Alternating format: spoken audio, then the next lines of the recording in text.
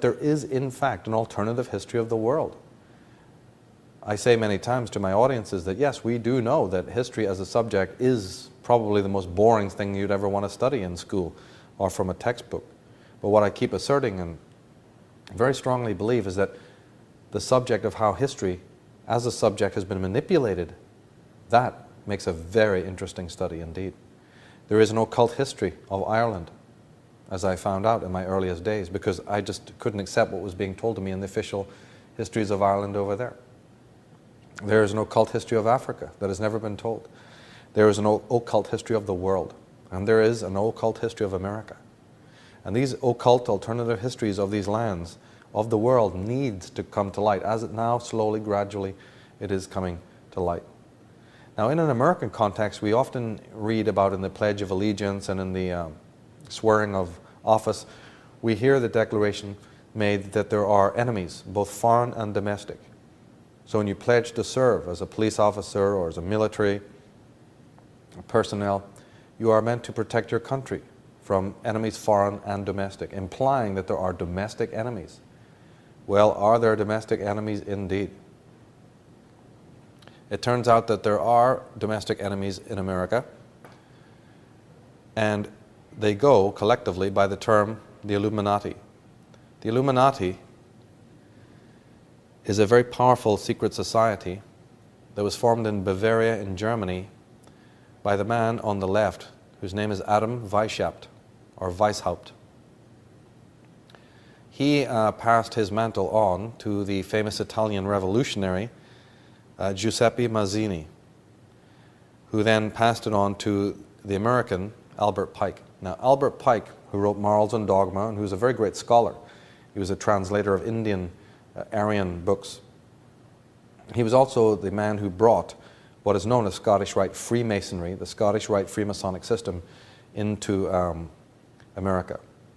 The symbol on the right, which is curiously also found on the American $1 bill, is the actual symbol of the Illuminati. That's a 13-layered pyramid with an eye at the top. And underneath the pyramid, you'll find the words in Latin, Novus Ordo Seclorum, which means the new order of the world. And above it is Annuit Coeptis, which in Latin means presenting, or here we present for you. So here we present, and underneath in 13 letters is the New World Order. And then there's 13 levels of the pyramid. And the 14th level being this two-dimensional eye called the all-seeing eye, or the Eye of Horus. That is a symbol that, though it be found on the American $1 bill, can be found on the original Illuminati documents in Wittenberg, in Worms, in Germany, in Bavaria. If you go there and study it, you will see that symbol. That is a secret society symbol. Now, the term New World Order is also the name of Adolf Hitler's second book. His first book, of course, was Mein Kampf, but not too many people know that he wrote a second book, which is called The World Order, or The New World Order. Now, the Illuminati was officially founded on May 1st, 1776, which is very close to America's official birthday, which is July 4th, 1776. And if you actually take the $1 bill and look closely at the pyramid, you'll find something interesting. If you take a ruler and inscribe a Star of David, or a six-pointed star, which is quite easy to do since the pyramid makes the upper triangle anyway, but if you draw these lines and make a six-pointed star, you'll notice that at the vertices, that's at the edges of the star, it will touch a letter. And those letters make the word Mason, M-A-S-O-N. And isn't that what Masons do? They're brick masons, the builders of the pyramid, the keepers of the wisdom of the Temple of Solomon. This is what Masons do. It's called hidden in plain sight, to use a term from Conan Doyle and also from Edgar Allan Poe. The idea that if you really want to hide something, put it in plain sight. Put it there for all eyes to see. Now, George Washington, as many of the founding fathers, were Freemasons. Here's a symbol, a picture of George Washington with his Masonic apron standing on the checkered floor between the pillars of the temple, with the Masonic G, the letter G, which is sacred to Masons, and above the G you see the five-pointed star. The keystone of the arch is the five-pointed star. Now, everyone has heard of the Lincoln Memorial but not too many people have seen the statue of George Washington that's sequestered around the corner not far away. It's a very peculiar statue if you look at it.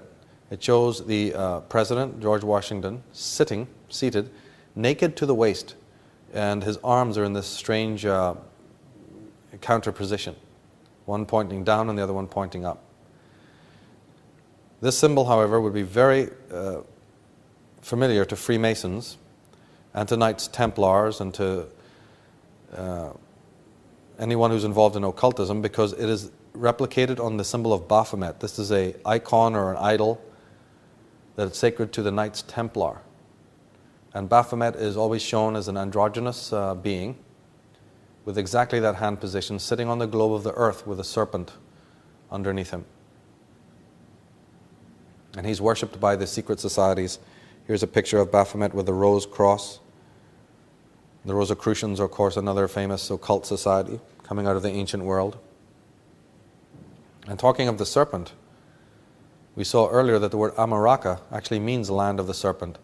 Now, before they chose the symbol of the pyramid on the dollar bill, the original symbol that was going to be on the dollar bill was a pyramid with light rays emitting from it and a wreath of serpents.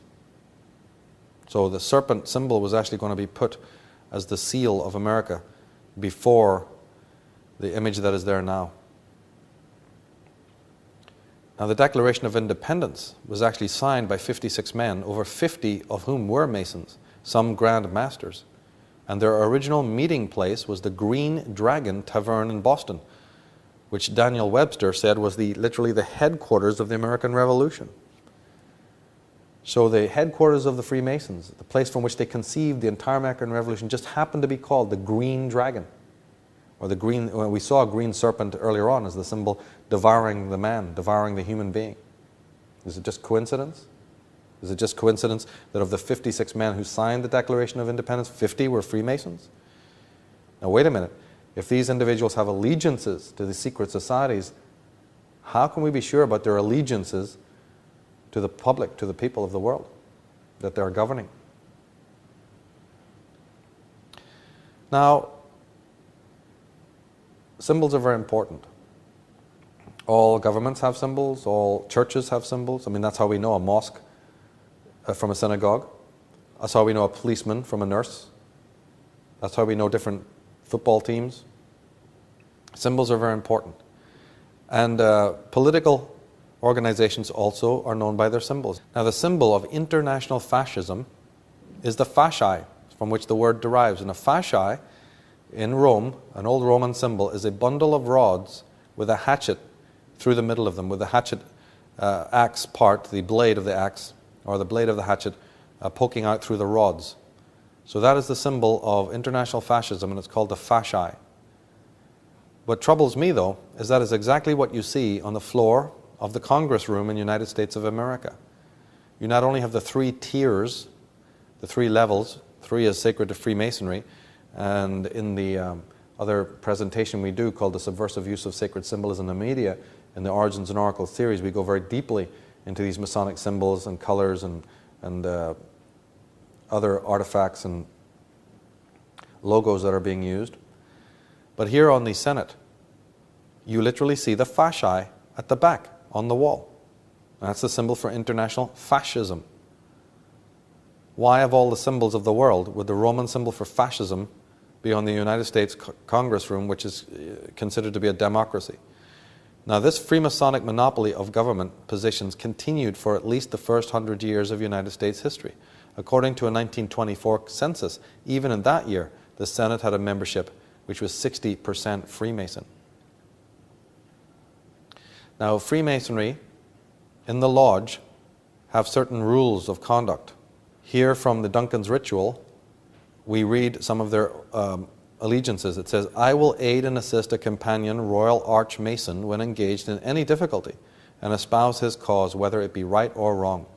A companion Royal Arch Mason's secrets shall remain as secure and inviolable in my breast as in his own, murder and treason not accepted." So here we have the most extraordinary passage. Here in their rituals, we literally see that if one of these characters gets into trouble, his brethren are there absolutely swear to protect and exonerate that individual, to keep his secrets, even if they have to do with treason and with murder. And yet then we find that these individuals make up a huge demographic of those who are ruling in government. Perhaps that's the reason why we don't see a lot of them in the dock after all the atrocities they perpetrate. We find that they have all sorts of excuses, and we hardly ever find them in the courts as we might find ourselves in the courts. Got allegiances? Well, here is a statue of George Washington, another one, a bust of George Washington, and on the plinth underneath we see the subtitle is Freemason and First President. Now, I'm not even American, but I kind of take exemption to this title. Let's read it again. It says George Washington, Freemason and First President. Now, in my mind, it should say First President and Freemason, but it doesn't. It says Freemason and First President. So I didn't write it, and neither did you. The Freemasons who erected this are literally telling you what comes first in the order of things. And we need to take this very, very seriously. Because the allegiances that these people have to their secret societies behind closed doors, to their own agendas, to their own machinations, these are the ones that come first. They preempt any of the other oaths and allegiances and duties and responsibilities that they have to the people. Now this makes a lot of sense when you take it on board. If I make a promise to you, but my fingers are crossed behind my back, how much good is that promise? Here at the G7 summit, you have the whole picture portrayed. You have the leaders of the world. On the right, you have Mitterrand of France. In the middle, you have Bill Clinton. On the left, there's Tony Blair from England. But they're all sitting around a table. In the center of this glass table is the Illuminati pyramid, and coming from that pyramid are striations of light. Now, we might ponder what the symbols mean. We also might ponder what the terms mean. What does it mean to have a G7 summit? What is a summit? What is a peak conference? A peak conference. What is the floor of the house? These are all Freemasonic terms, as a little homework will show you. The summit of the mount, the peak, and the floor of the house. Many of these terms, the G is a very famous symbol of the G, which Freemasons use at their lodges.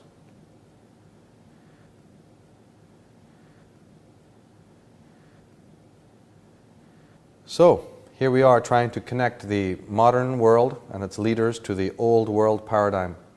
And many books like The Holy Blood and the Holy Grail, which came out in the early 80s, have received a lot of attention because they're talking about the genealogies and the lineages and the bloodline, the concept of bloodline, that there are families that keep very strong records and who marry only very carefully so that their bloodline is preserved. What is bloodline and how does it work? Why are royal families so possessed with this idea of the blue blood? Well, we find that has a context very much in the modern age. In chapter 15 of the book of Enoch we read, "And now the giants who are produced from the spirits and flesh shall be called evil spirits upon the earth, because they are born from men and from the holy watchers in their beginning and primal origin. They shall be evil spirits on earth, and evil spirits they shall be called. And the spirits of the giants will afflict, oppress, destroy, attack, do battle, and work destruction on the earth and cause trouble. And these spirits shall rise up against the men, the children of men, and against the women." Now, Peter Tompkins, in his book Secrets of the Great Pyramid, quotes from Manly Palmer Hall, the great American philosopher and occultist. "Not only were many of the founders of the U.S. Masons, but they received aid from a secret and august body existing in Europe, which helped them to establish the United States for a peculiar and particular purpose known only to the initiated few." A secret and august body coming out of Europe? Well, we just learned about the Illuminati, the illumined ones, who went throughout the world trying to recruit dukes and princes to their cause. But could it be the Nine Sisters Lodge of France, or the Grand Orient Lodge of France with Duke d'Orléans at the head? Could it be the Knights Templar or the Knights of Malta or the Knights of Columbus. We've got a lot of secret societies operating in the world. But here is Manly Palmer Hall, the great theologian and student of occultism, talking about America literally being connected to that purpose. William Bramley, in his excellent and compulsory reading book, The Gods of Eden, says that the Sumerians state that the first human kings on earth were the offspring of the custodial rulers who mated with the human women. Those matings entitled the half-human offspring to become the early monarchs on the earth.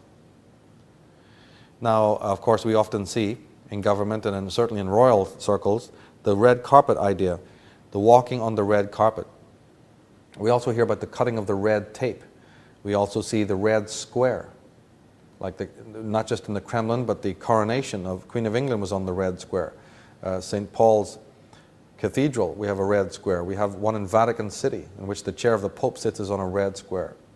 And we have the idea of the red runner that the royal families walk on. And often we'll see American presidents and other dignitaries walking on the red carpet.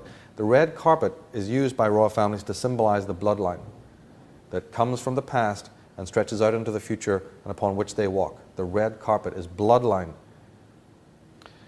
But it's an old story. Sir Thomas More, from the time of the Tudors, 1478 into 1535, before he was killed by his good friend, Henry VIII. He reported on the conspiracy. He said, "Everywhere do I perceive a certain conspiracy of rich men seeking their own advantage under that name and pretext of the Commonwealth." So here Sir Thomas More sums it up, under the guise and pretext of the Commonwealth. All right, so we have a Commonwealth out in the front for all the mugs, for all the fools, for all the people who think that this is legit government operating here. But Sir Thomas More, one of the highest intelligences in the land of the Tudor period, knows that behind that there are agendas, there are secret oaths and allegiances that preclude anything that the public sees on the other side. One of the most powerful secret societies, as I mentioned earlier, in an American context is the Skull and Bones Society, or Lodge 322. They're also known as the Brotherhood of Blood. The 322 number is enigmatic. Many people have thought about what it might mean. It actually refers to German Lodge 322. The Skull and Bones Society is ultimately just a wing of the German secret societies, and it's Lodge 322. However, 322 also represents the spring equinox. March 21st and 22nd is the rising of the sun, and we're talking about the Illuminati here. We're talking about the eye at the top of the pyramid, the effulgence of the light, the solar cult, those who worship the concept of the light. Lucifer, son of the morning. There's a lot of occult principles tied up in this idea of the vernal equinox. Nothing evil in the vernal equinox. Nothing evil in any symbol. Nothing evil in a pentagon or a pentagram. Nothing evil in black cats or ladders. It's who's using it and what for. We have to understand that no symbol is inherently negative. It's who's using it and what for. That is what the focus needs to be put on. And many people in the Christian right are pointing at the number 666 and pointing at this symbol and that symbol and saying, that's evil, that's negative. This is wrong, this is incorrect, this is partial knowledge. The most important thing is who is using it and for what agenda. But so we have not only secret societies, but how that manifests on a grassroots level in politics is it's basically we have a one-party system. And the result for us is heads they win, tails we lose. And if we haven't woken up to this yet, we're going to be in serious trouble in the future. We have on paper a three-party system, but we have the same secret societies operating in the background. We have the same symbolism being used, the same rhetoric. As Lieutenant Colonel James Bogue writes, who studied these matters and who's been busy fighting these secret societies, he says, the lesser of two evils or the evil of two lessers, that's your choice. And Dr. James W. Wardner says, if the Skull and Bones is not itself the Illuminati, it is as close as you can get. Talking of bloodline, we find that at least 34 American presidents go back to European aristocratic families. These facts are concealed because these royal elites have children born and raised in unofficial families. For instance, at Hampton Court Hospital, the nurses there totally understand and are well experienced in the fact that the royal families as Prince Charles and Prince Philip and whoever else, all the dukes and princes and kings, they don't just marry with and have children with the girl next door and the ones that are put in front of us in the media. What is a great royal secret is that the male members of the royal families of all of the world also have unofficial families that we don't hear about, that might be concealed under the name Smith and Brown for all we know. And children are born, and then these children are raised, records are kept of their bloodline, and then these are some of the children that go on to be the presidents of this, and the presidents of that, and the head of this bank, and the head of that think tank. And this is one of the reasons why a lot of people remonstrate and say, you know, how come there's no change in the world? Doesn't any of these leaders ever wake up to, you know, bunk the system? Well, no, if they're all coming from the same gang, and they're all working for the same consortium, presidents of countries, heads of state. We are now discovering that they are bloodline connected, bonded by blood to some of the royal families of the world. This is how one of the ways that control is maintained. And there's many hospitals set aside for just this purpose. But in an American context, the consequences are fascinating and very frightening. In the case of the presidents, or in the case of the major politicians, we find that, for instance, that Al Gore is a descendant of Edward I. He's also a cousin of former U.S. President Richard Nixon. He is descendant of Roman emperors Louis II, Charles II, and Louis I, and therefore is also a direct descendant of Charlemagne, the 8th century emperor. But the problem is, Gore's Charlemagne links also make him the cousin of George W. Bush. George Herbert Walker Bush is closely related to every European monarch on and off the throne, and has kinship with every member of Britain's royal family, the House of Windsor. He is the 13th cousin of Britain's Queen Mother and of her daughter, Queen Elizabeth, and is the 13th cousin, once removed, of the heir to the throne, Prince Charles.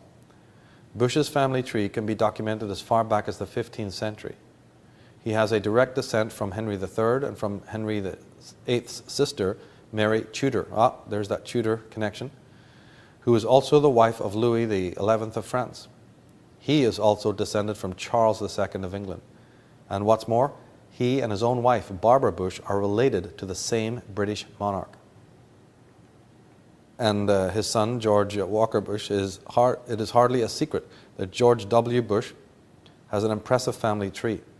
His father was president, his grandfather, Prescott Bush, was a U.S. senator from Connecticut, and his brother Jeb is governor of Florida. But the Republican candidate for president has a richer political pedigree than the immediate family that gathers for Christmas dinners and birthday celebrations.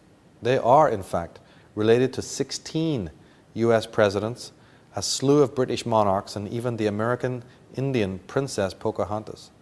Gary Boyd Roberts, a prominent genealogist at the New England Historical Genealogical Society, documented the remarkable Bush lineage in his little-noticed book, Ancestors of American Presidents.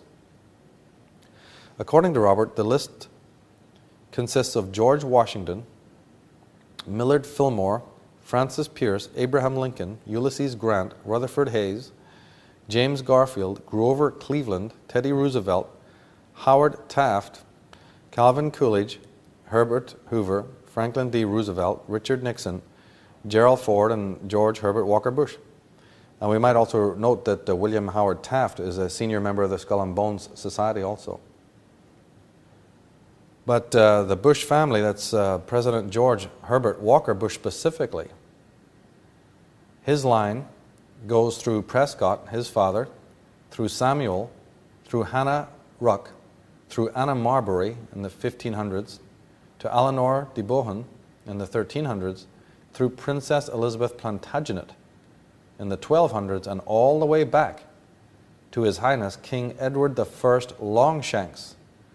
Now ask any Scot or any Irishman who Edward I Longshanks is, and they'll be happy to tell you. Edward Longshanks was the tyrannical king that murdered and brutalized his way through England and Ireland, and was actually known by the Scots as the Hammer of the Scots, a fiend, an absolute merciless murderer. Here we have his descendants on the American throne. You think you don't have an aristocracy here? Think again. This information comes from Burke's peerage and from those who keep the genealogical records, not from some fringe, freaky, conspiratorial crazies. This comes from the documented evidence of those who keep the Burke's peerage, almost the who's who of all the royal families of the world. The researcher David Icke says that Father George and wife Barbara are both descendants of Godefroy de Bouillon, who in 1099 led European noblemen in the successful crusade to recapture Jerusalem from the Islamic faith and moved into the king's palace at Temple Mount. Godefroy de Bouillon was the first king of Jerusalem and the Duke of Lower Lorraine, a major region for the Illuminati bloodline. So here we have their ancestors involving in crusades. Now there was 7 or 8 great crusades, and the Christians won one of them. All the others were lost to the Islamic people. Now, as I said, these facts are well known to those behind the scenes of power. Dr. Johannes Koppel, former German Defense Ministry official and advisor to former NATO Secretary General Manfred Werner, says, the interests behind the Bush administration, such as the CFR, that's the Council on Foreign Relations and Trilateral Commission, founded by Brzezinski and David Rockefeller and the Bilderberger Group, have prepared for and are now moving to implement open world dictatorship within the next 5 years. John F. Hyland, the New York City mayor in 1922, said, the real menace of our republic is this invisible government, which like a giant octopus sprawls at slimy length over city, state, and nation. Like the octopus of real life, it operates under cover of a self-created screen. At the head of this octopus are the Rockefeller Standard Oil interests and a small group of powerful banking houses, generally referred to as the international bankers. The little coterie of powerful international bankers virtually run the United States government for their own selfish purposes. They practically control both political parties.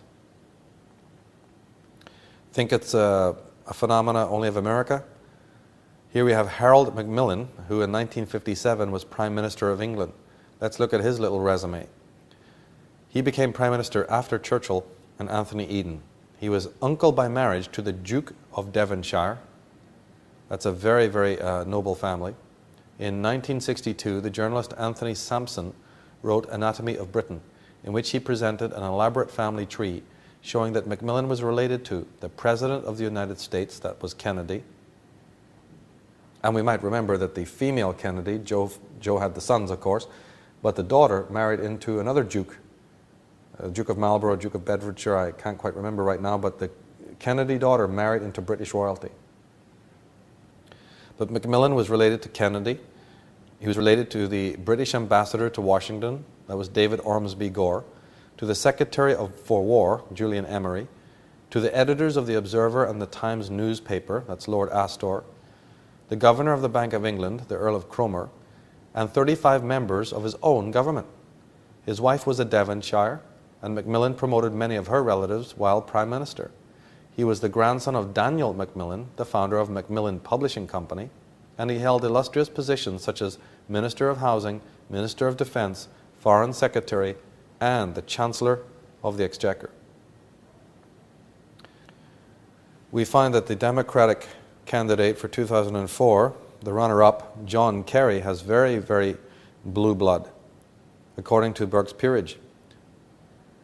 Senator John Kerry has blue blood from all the royal houses of Europe, and even more titled relations than President Bush. Burke's peerage, which researches the genealogy, said that the Democratic presidential candidate traces descent through his mother, Rosemary Forbes, to the royal houses of Albania, England, Sweden, Norway, Denmark, Russia, Byzantine, Persia, that's Iran, and France. Forbes was descended from William Forbes, the Laird of New, an extended family that included many baronets. It is via this family that the Democratic candidate is descended from Henry II, the King of England and father of Richard the Lionheart, who was the leader of the Third Crusade in 1189. By contrast, Bush is related to Queen Elizabeth II, 20 British dukes, and many European princes. President Bush, Princess Diana, and Winston Churchill are all distantly related to him. Now this, again, not to be put down as some, well, aren't we all sort of related to somebody over in Europe concept. We're talking about a consistent pattern here, that those who become president have the blue blood connection, and occasionally a close runner-up. And in most of the cases where the president becomes president, his runner-up has the less blue blood, except in certain instances like this. Now this pattern has been noticed, that in all cases where the blood tie is strong, they become the president. So people have said we have an oligarchy here.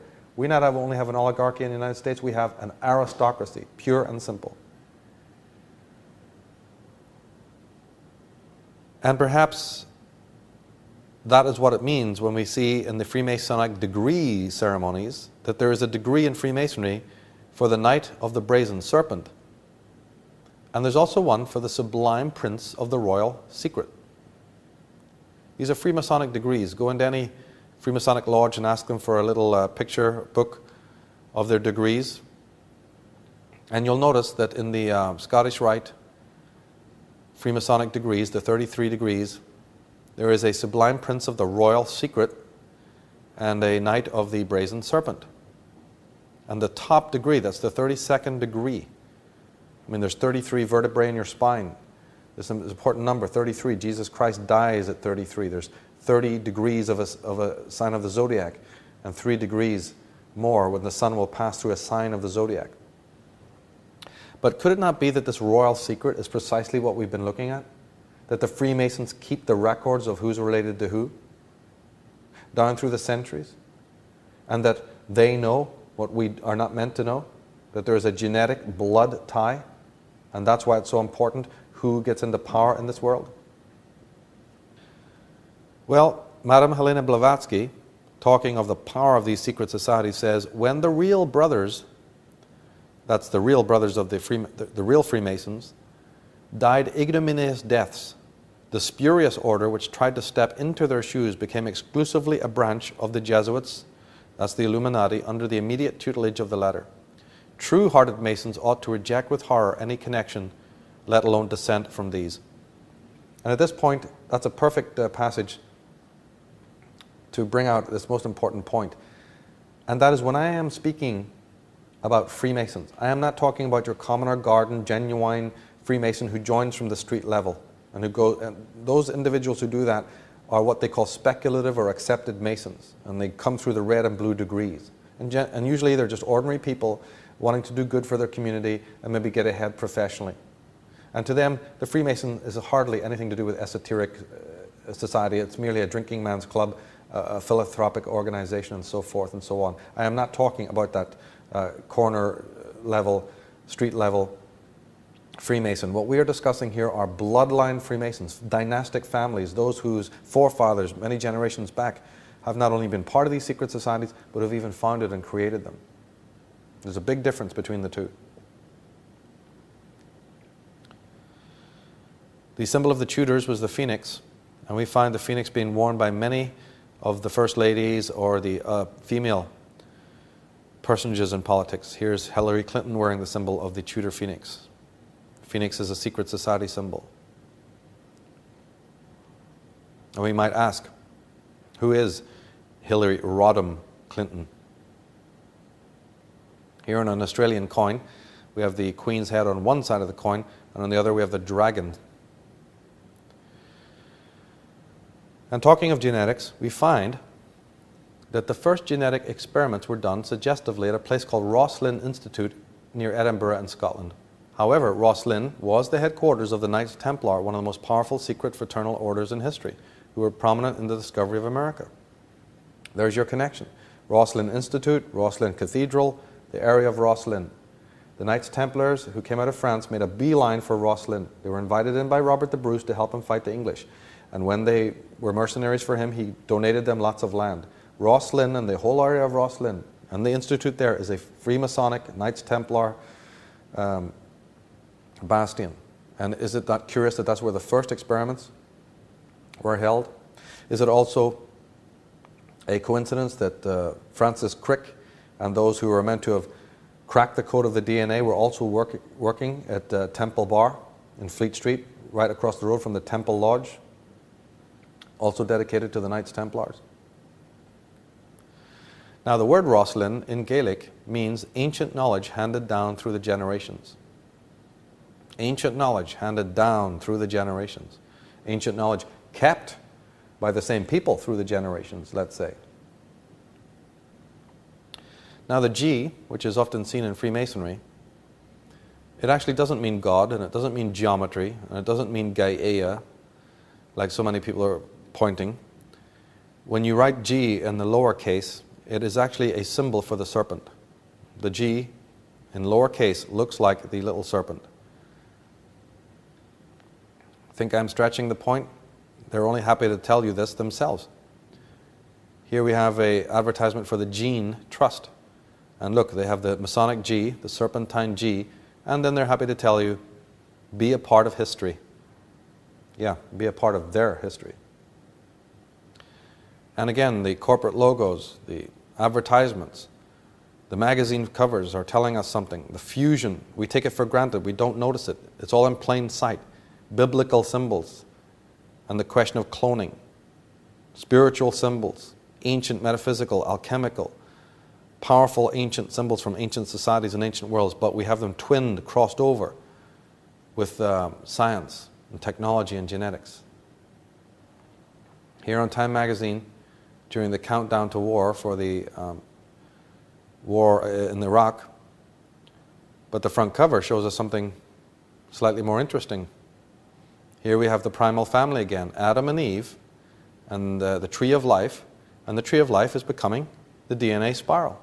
Well, didn't we talk about that earlier? That the most primordial symbol for the DNA, because the DNA was known, as we're advocating in this program, the DNA was known in ancient times, but it was known as a tree of life. Well, here that's what we're being told in imagery on the front of Time magazine. And it says, solving the mysteries of DNA.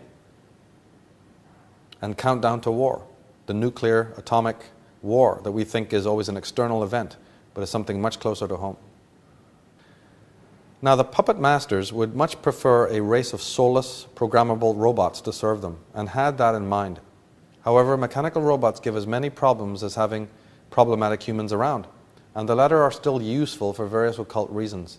It was therefore thought best to reduce the organic human to the level of the machine, which has been successful. Anyone who studied Thomas Hobbes and Malthus and Herbert Spencer and Bertrand Russell, like we went into in Atlantis, Alien Visitation and Genetic Manipulation, the other program in this series, we clearly see that there's many contingents within the Illuminati and the secret societies and the royal families who absolutely would have loved to have wiped us out long ago. I mean, that's just a simple fact. And they almost advocate this themselves. Prince Philip's happy to tell you that he would love to be reincarnated as a virus to come back and help clean the world of its useless eaters. So why haven't they done it? The macrobes, remember, those agencies needed sacrifices. And John Dee and his coterie had put up the whole of the human race in a pact. And that is probably one of the only reasons we are able to join the military and go out to the fields of battle and be covered in occult symbols like oak leaves and five-pointed stars, and being decorated and marked for war. The cavalry having the acorns and the crossed swords. That's a very ancient symbol, the crossed swords. It is actually the symbol for the Battle of Armageddon. The two crossed swords is the symbol for the Battle of Armageddon. So we can be marked for death and sent out to the fields of France and the world to die in mass rituals and not know the reason. We can have serial killings, we can have mass slaughters, we can have assassination. That's all right, because that is going towards the Great Pact. But the other coterie that still thought we were basically a waste of time were convinced that, look, you needn't get rid of them, you can reduce the human race to the level of a robot. Let's make that the policy. That's bound to work. And unfortunately, that program has been very successful. Manly Palmer Hall puts it this way. He says, to repress rebellion is to maintain the status quo, a condition which binds the mortal creature in a state of intellectual or physical slavery. But it is impossible to chain man merely by slaving his body. The mind also must be held, and to accomplish this, fear is the accepted weapon. The common man must fear life, fear death, fear God, fear the devil, and fear most the overlords, the keepers of his destiny. Now, Aldous Huxley, one of the insiders and a New Atlantean, in his speech at University of California Medical School, says, "There will be in the next generation or so a pharmacological method of making people love their servitude and producing dictatorships without tears, so to speak. Producing a kind of painless concentration camp for entire societies so that people will in fact have their liberties taken away from them, but will rather enjoy it, because they will be distracted from any desire to rebel by propaganda, brainwashing, or brainwashing enhanced by pharmacological methods. And this seems to be the final revolution." So here is the operator, here is the social engineer, happy to tell you that not only are we working on a policy of destroying your mind and keeping you in servitude. I mean, I'm just letting you know that we're doing this, they're saying. We're busy working to keep you in chains, but we're also really anxious that you're going to enjoy the whole process. So it's very important to us that you, the slave, enjoys your servitude and never raises a murmur against it.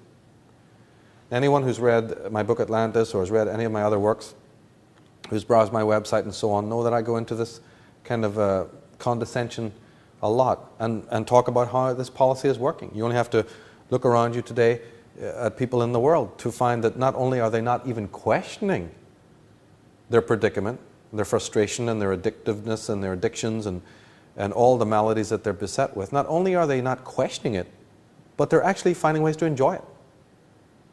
This control, this mind control, has actually been more than successful. A dictatorship with a smile. Dictatorships without tears. Now, one of the main practitioners of mind control and one of the top theoreticians was Dr. Jose Delgado, who wrote Physical Control of the Mind Towards a Psycho-Civilized Civilization. He says, "Our understanding of genetics is very clumsy at present, but we can produce lethal mutations with EMF fields. Perhaps we will someday be able to use the technique to produce behavior changes. This new knowledge is so important that I think it should radically change the philosophy of our educational system, which believes in the sanctity of individuals, thinking that an individual exists at birth. This is not true, and this science is going to prove the fallacy of democracy in the sense that we talk about rights of the individual. This democratic belief is not true, because we are forming this individual, because we are constructing his brain. We are willy-nilly making the differences we either desire or dislike." So these Frankenstein nightmares are actually coming out of biographical characters. Here are the top scientists of the world, literally happy to tell you that they don't even give you the right to exist at birth.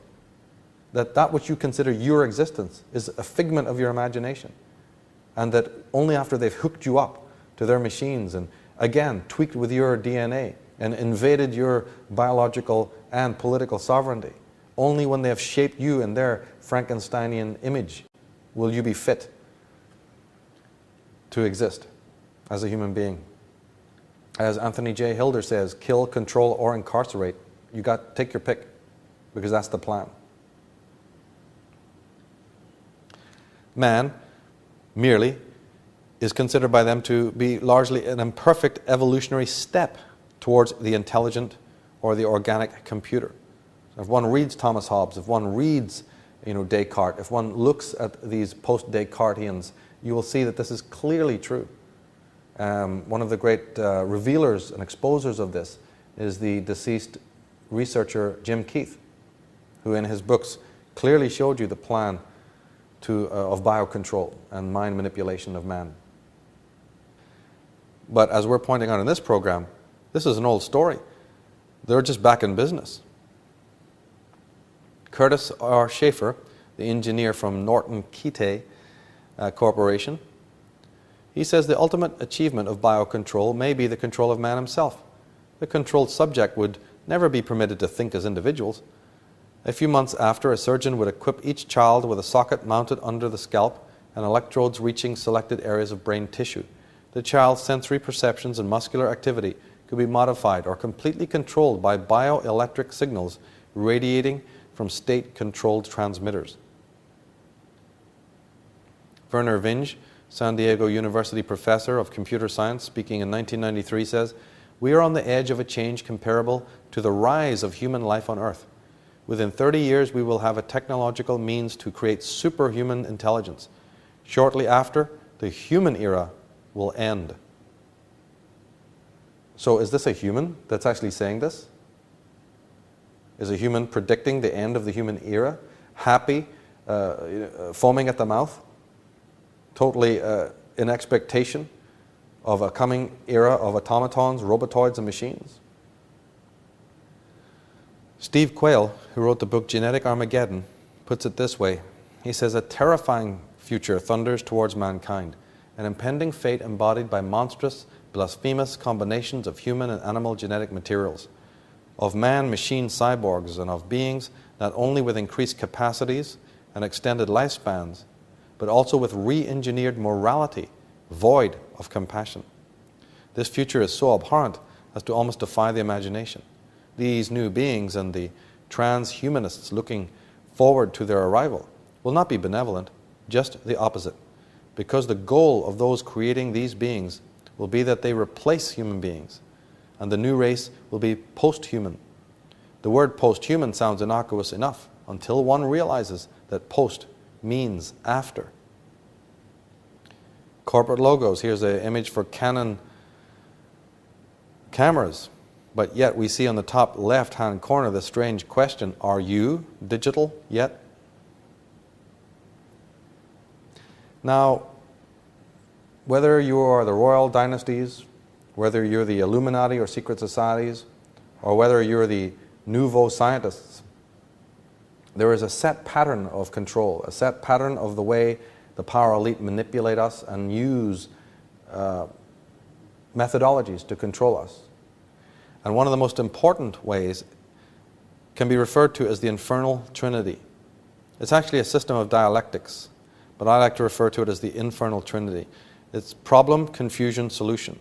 And David Icke and some other researchers refer to it as problem, reaction, solution. But I prefer problem, confusion, solution, since reaction could also potentially be a positive thing. But that's not what they want. They don't want a positive reaction, they want a negative reaction.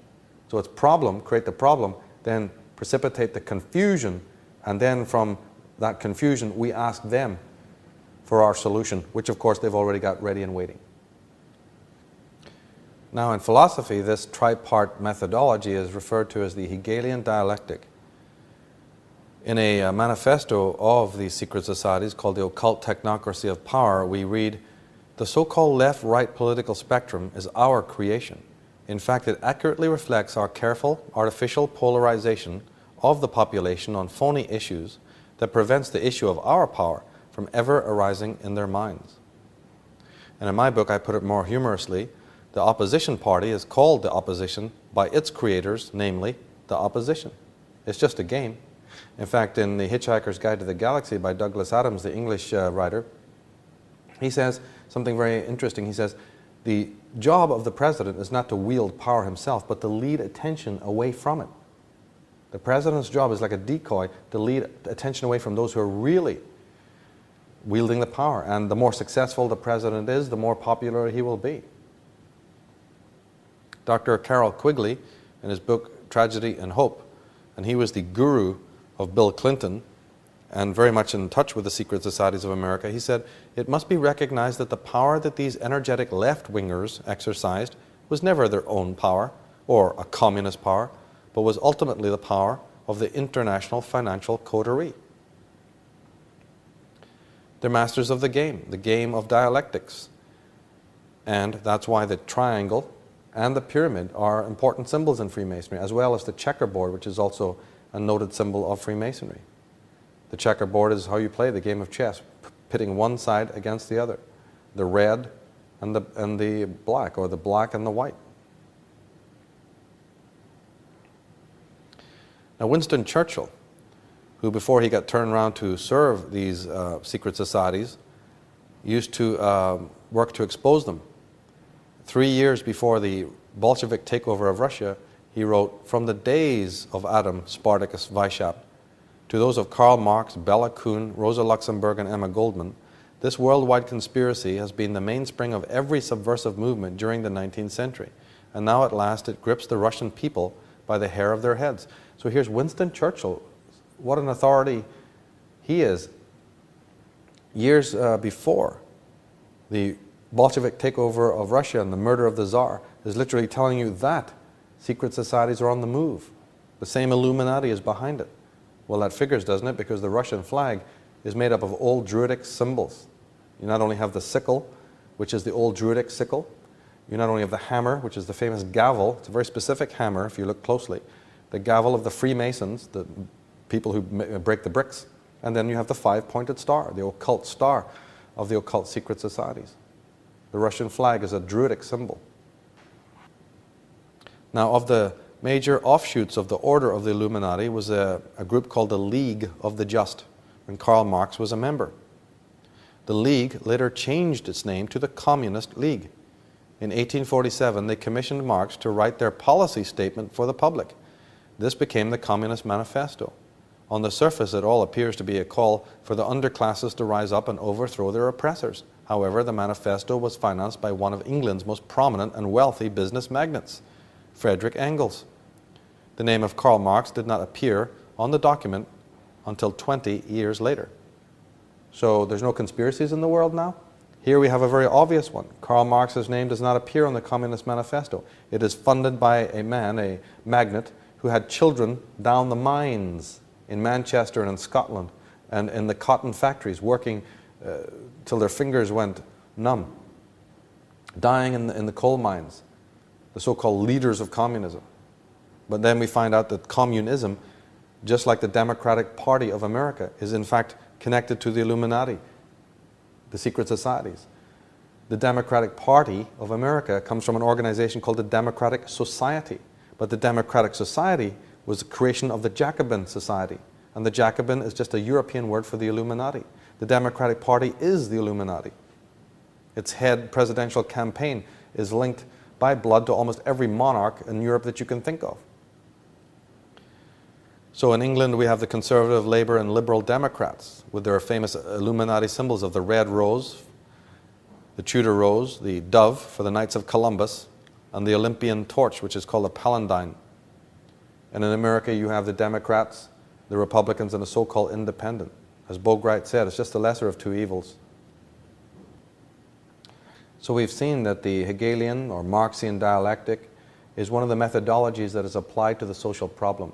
It's applied by the secret societies and their leaders to the social problem in exactly the same way as a mathematician will apply a solution to a mathematical conundrum or a problem in algebra or arithmetic. Very, very mechanically, and it works. They use it time after time because it works. But the secret societies also have another methodology that they use, and it's summed up by the Latin term ordo ab chao. This is the term that you see in Zurich over the door of the world headquarters of Freemasonry in Switzerland. You see this term, ordo ab chao, order out of chaos. But to explain it, Albert Pike, the leader of the Illuminati, the leader of the Scottish Rite Freemasonry, in his letter to Giuseppe Mazzini on August 15, 1871, he explains it this way: "We shall unleash the nihilists and the atheists, and we shall provoke a formidable social cataclysm which in all its horror will show clearly to the nations the effect of absolute atheism, origin of savagery, and of the most bloody turmoil. Then, everywhere, the citizens obliged to defend themselves against the world minority of revolutionaries will exterminate those destroyers of civilization, and the multitude, disillusioned with Christianity, anxious for an ideal, will receive the true light through the universal manifestation of the pure doctrine of Lucifer." So here's the Luciferians, the old bloodline connected to the Nephilim, still at the same game, still with the same rhetoric. But practically speaking, how you do it, how do you control the masses of the world? You don't just come out of Harvard or Yale and immediately take the reins of government in your hand and go, this is how you do it. There's procedures, there's methodologies, tried and true for every system of government, where there's democracy, tyranny, oligarchy, timarchy, whatever system of government there is.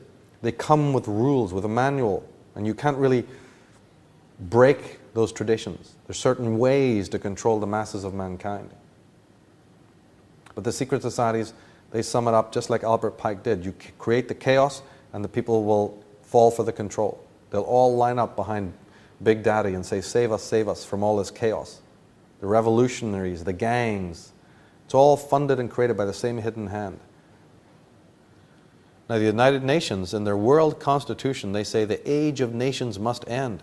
The governments of the nations have decided to order their separate sovereignties into one government, to which they will surrender their arms. That's right, that's what the solution is. Create enough chaos, and then we have police state. Create enough chaos, and we have military law. Create enough chaos, and people demand something be done. And we're ever moving forward in this dialectic to the ultimate goal of a world order, a world state, a new world order coming out of the old world chaos of the past. One neck for one leash.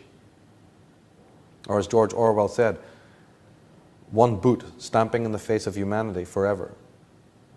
In Harper's Magazine of 1958, the Council on Foreign Relations was founded for the purpose of promoting disarmament and submergence of U.S. sovereignty and national independence into an all-powerful one-world government. And John Foster Dulles says that the United Nations represents not a final stage in the development of world order, but a primitive stage. Therefore, its primary task is to create the conditions which will make possible a more highly developed organization.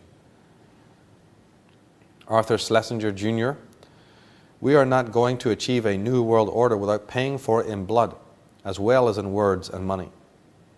And Lord Cecil says that national governments must go in the interest of world government, world police, and world currency. David Rockefeller says all we need is the right major crisis and the nations will accept the new world order.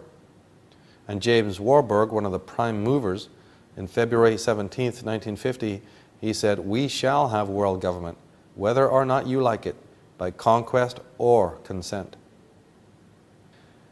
One of the henchmen and one of the advisors to government, Zbigniew Brzezinski, in his book Between Two Ages, says, the technotronic era involves the gradual appearance of a more controlled society. Such a society would be dominated by an elite, unrestrained by traditional values. But you see, in a later book called The Grand Chessboard, written in the late 90s, Zbigniew Brzezinski writes this, moreover, as America becomes an increasingly multicultural society, it may find it more difficult to fashion a consensus on foreign policy issues except in the circumstance of a truly massive and widely perceived direct and external threat. And in the program in this series called Weapons of Mass Deception Behind the New World Order, we elaborate on the work of Brzezinski and how it impacts the war on terror and the machinations that are happening in this part of the new millennium, and why he'd make such a statement like that. What does it mean that before the calamities of the World Trade Center, we've got an advisor to government talking about the need for a widely perceived external threat in order to bring in world control, world state order. And Hermann Göring, Reichsfuhrer in the Nazi Party, he said, the people can always be brought to the bidding of the leaders. That is easy. All you have to do is tell them that they're being attacked and denounce the peacemakers for lack of patriotism and exposing the country to danger. It works the same in any country.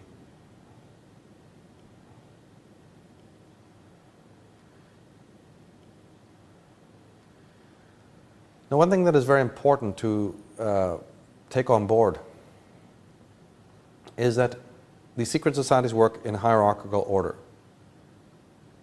Briefly, the individuals that we see on TV or in the magazines or in the history books are often not the people at the helm, even if they're presidents and even if they're major figures. To us at the lower part of the pyramid, they may look like giants and very important people and whatnot. But actually, these are very lower level. Even J.P. Morgan and some of these individuals, the Warburgs, the Rockefellers, these individuals are actually just minions. They are not the controllers. They're what might be described as overworld figures.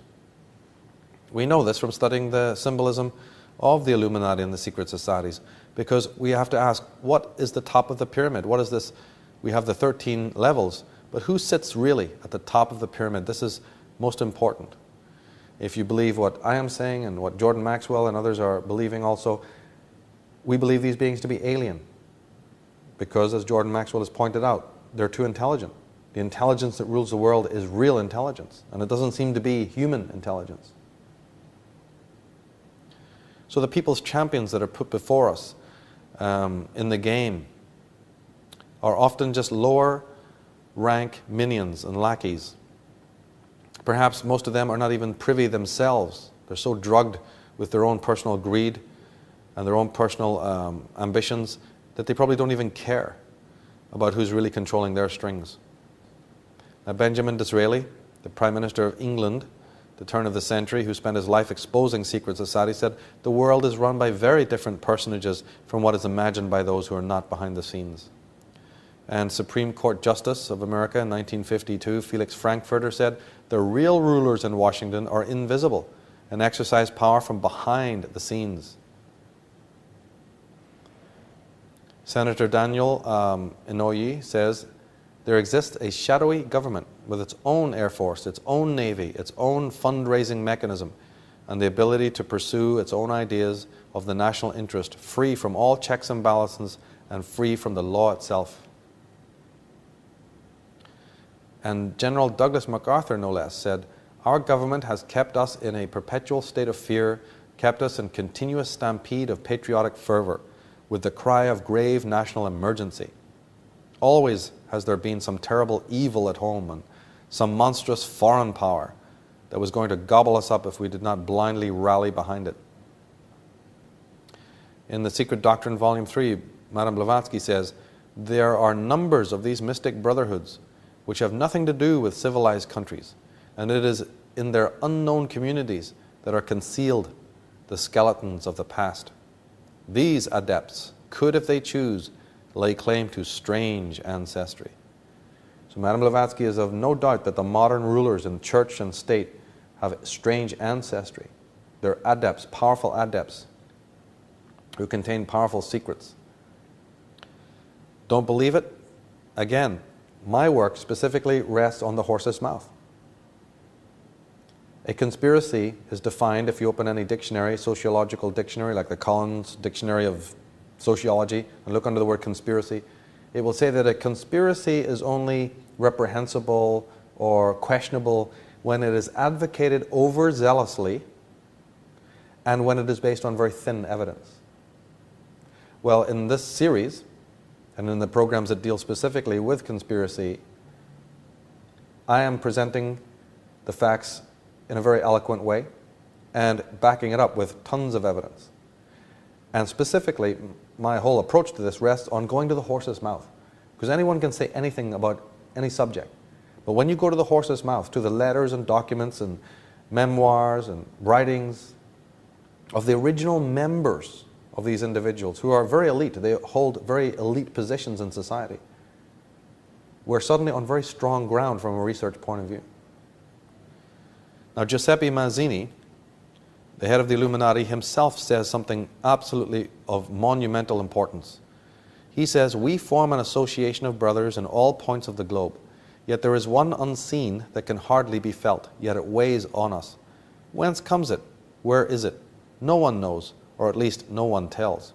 This association is secret, even to us, the veterans of the secret societies." In the movie 3 Days of the Condor, when the Robert Redford character is finding out what is going on behind the government, he's actually instructed by the CIA personnel that there's really a CIA within the CIA. We have the Masonic order basing itself on the cell structure, the pyramidical idea of decompartmentalization, but that's based on the old Freemasonic, the old Illuminati pyramid. And governments and corporations are also based on that kind of idea, that nobody in one cell has the faintest idea what's going on around him or above him or below.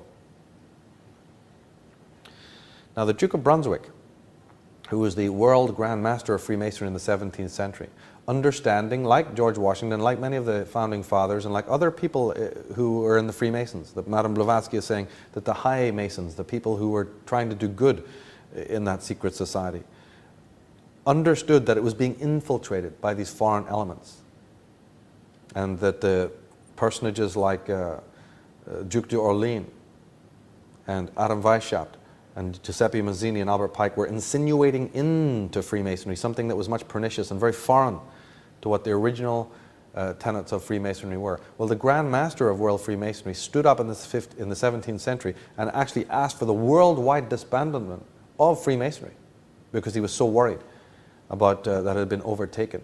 And in his own words he says, "I have been convinced that we as an order have come under the power of some very evil occult order, profoundly versed in science, both occult and otherwise, though not infallible, their methods being black magic.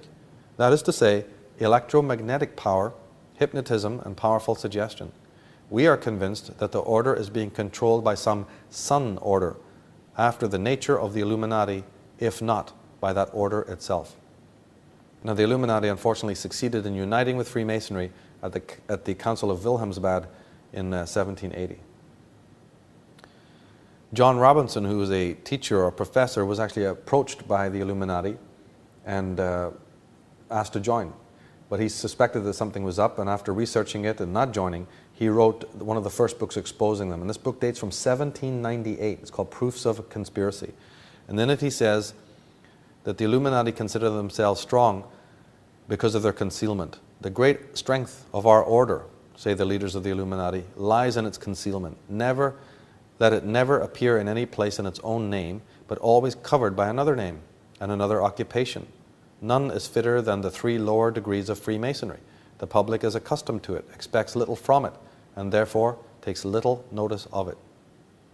General J.F.C. Fuller, the war historian, writes, "The government of the Western nations, whether monarchical or republican, has passed into the invisible hands of a plutocracy, international in power and grasp. It was, I venture to suggest, this semi-occult power which pushed the mass of the American people into the cauldron of World War I." And George Washington himself. In the Writings of George Washington, volume 36, we read him say in a letter, "I have heard much of the nefarious and dangerous plan of the Illuminati. It was not my intention to doubt that the doctrines of the Illuminati and the principles of Jacobinism had not spread in the United States. On the contrary, no one is more truly satisfied of this fact than I am." Now, the Bavarian Illuminati was divided into degrees, different 8 or 9 levels. And Adam Weishaupt says, "These good folk swell our numbers and fill our money box. Set yourselves to work. These gentlemen must be made to nibble at the bait.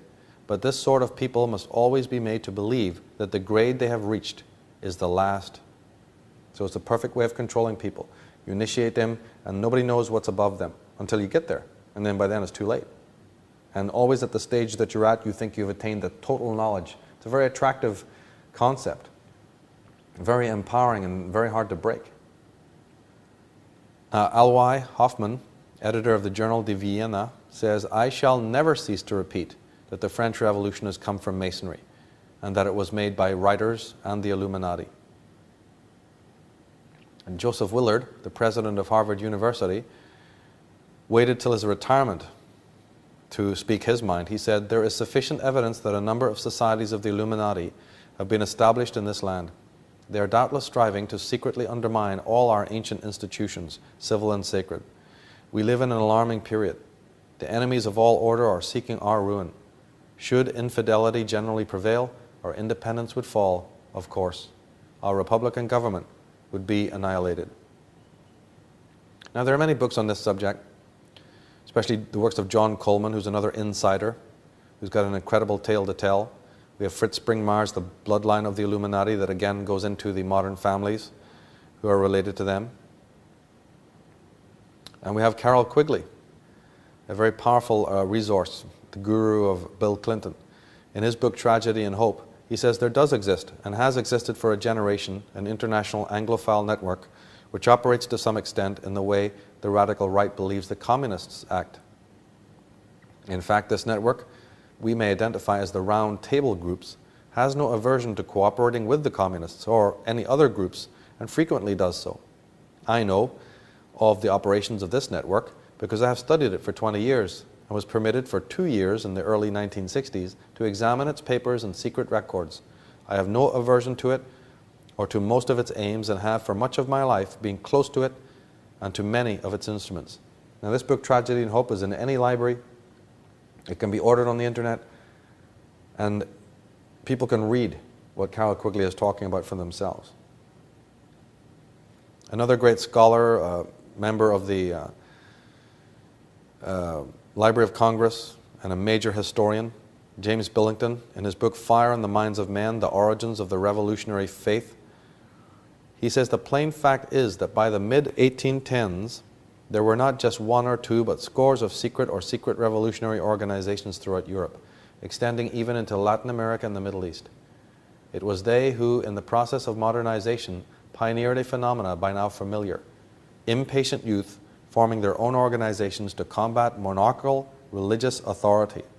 The story of the secret societies can never be fully reconstructed, but it has been badly neglected, even avoided, one suspects, because the evidence that is available repeatedly leads one into territory equally uncongenial to modern historians in the West and the East.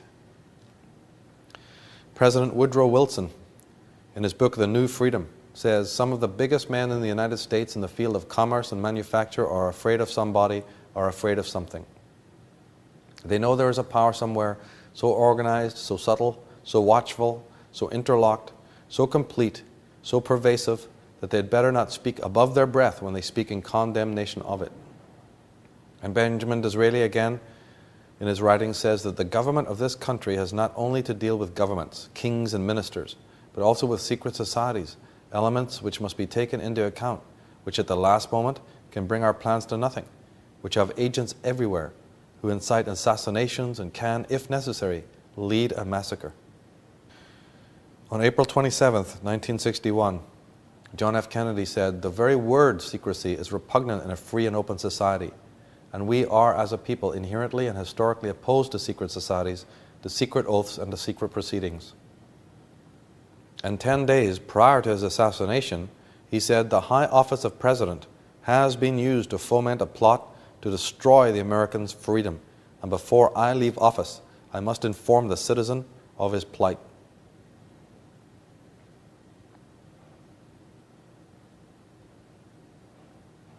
So where does this all lead? Where does the knowledge that we have that there's occult secret societies operating in the world, how does that impact the prophecies of the Maya and the whole future of mankind leading up to the professed 0 hour and end date of 2012? In Atlantis, Alien Visitation and Genetic Manipulation, my book, at the end I have 4 outcomes. We understand that the alien masters, their progeny, their offspring, have been pretty successful in rebuilding all of their technology. I mean, we are, after all, living not only in the industrial age, but the silicon age. We understand that there's a Stargate, and perhaps even the movies are giving us updates on how successful they are about breaking through. And what would happen if they do break through? Well, I find that there's a great interest in secret society enclaves of the number 4.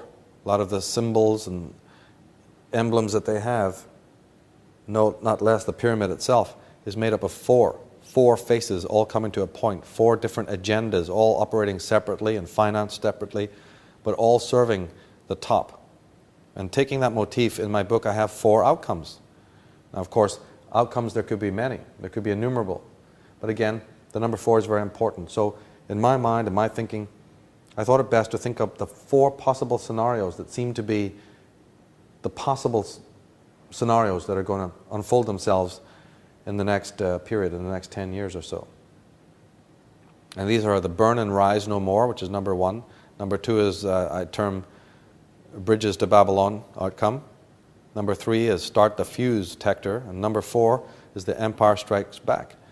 More specifically, number 1 is that the progeny of Atlantis succeed in regaining all their technological hardware, especially that for breaking through the Stargate, and they prepare for departure. But in so doing, they come out into the open more than ever, startling the human race who cannot comprehend what is happening. When they're out of range, they destroy our planet and all that lives on it. Does that sound far-fetched? Well, think about it. These are cosmic criminals. They arrived on our planet, but they didn't want to come. They didn't come here by their free choice, and they haven't enjoyed it since they've been here. Their progeny have the alien DNA strongly inside of them, and they despise nature, they despise the planet, they despise the humans, and they despise the good. And criminals don't necessarily, as a matter of course, like to leave evidence or a trace behind them.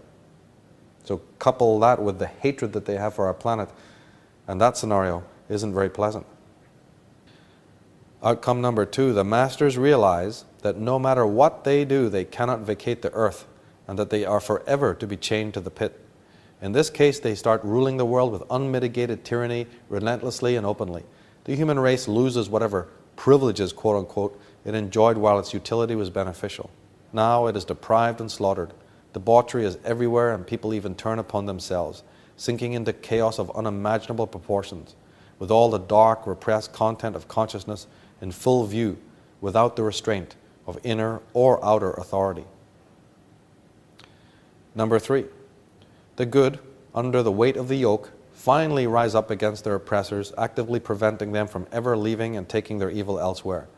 To do this, we destroy, that is, sacrifice ourselves, taking them with us. That's the old fight fire with fire scenario. It might sound ludicrous, it might sound heroic to somebody like Sam Peckinpah, but of course we know it would leave the earth as a revolving headstone in space. However, in the ancient past there was a scenario that very much approximated this.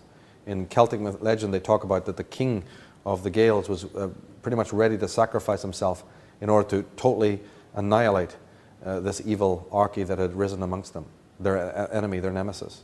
On the field of battle he was willing to do that. And number 4, mankind finally discovers the correct means to the end and vanquishes its enemy with no excessive loss of life or home world. We eradicate the enemy and finally resolve the problem of evil.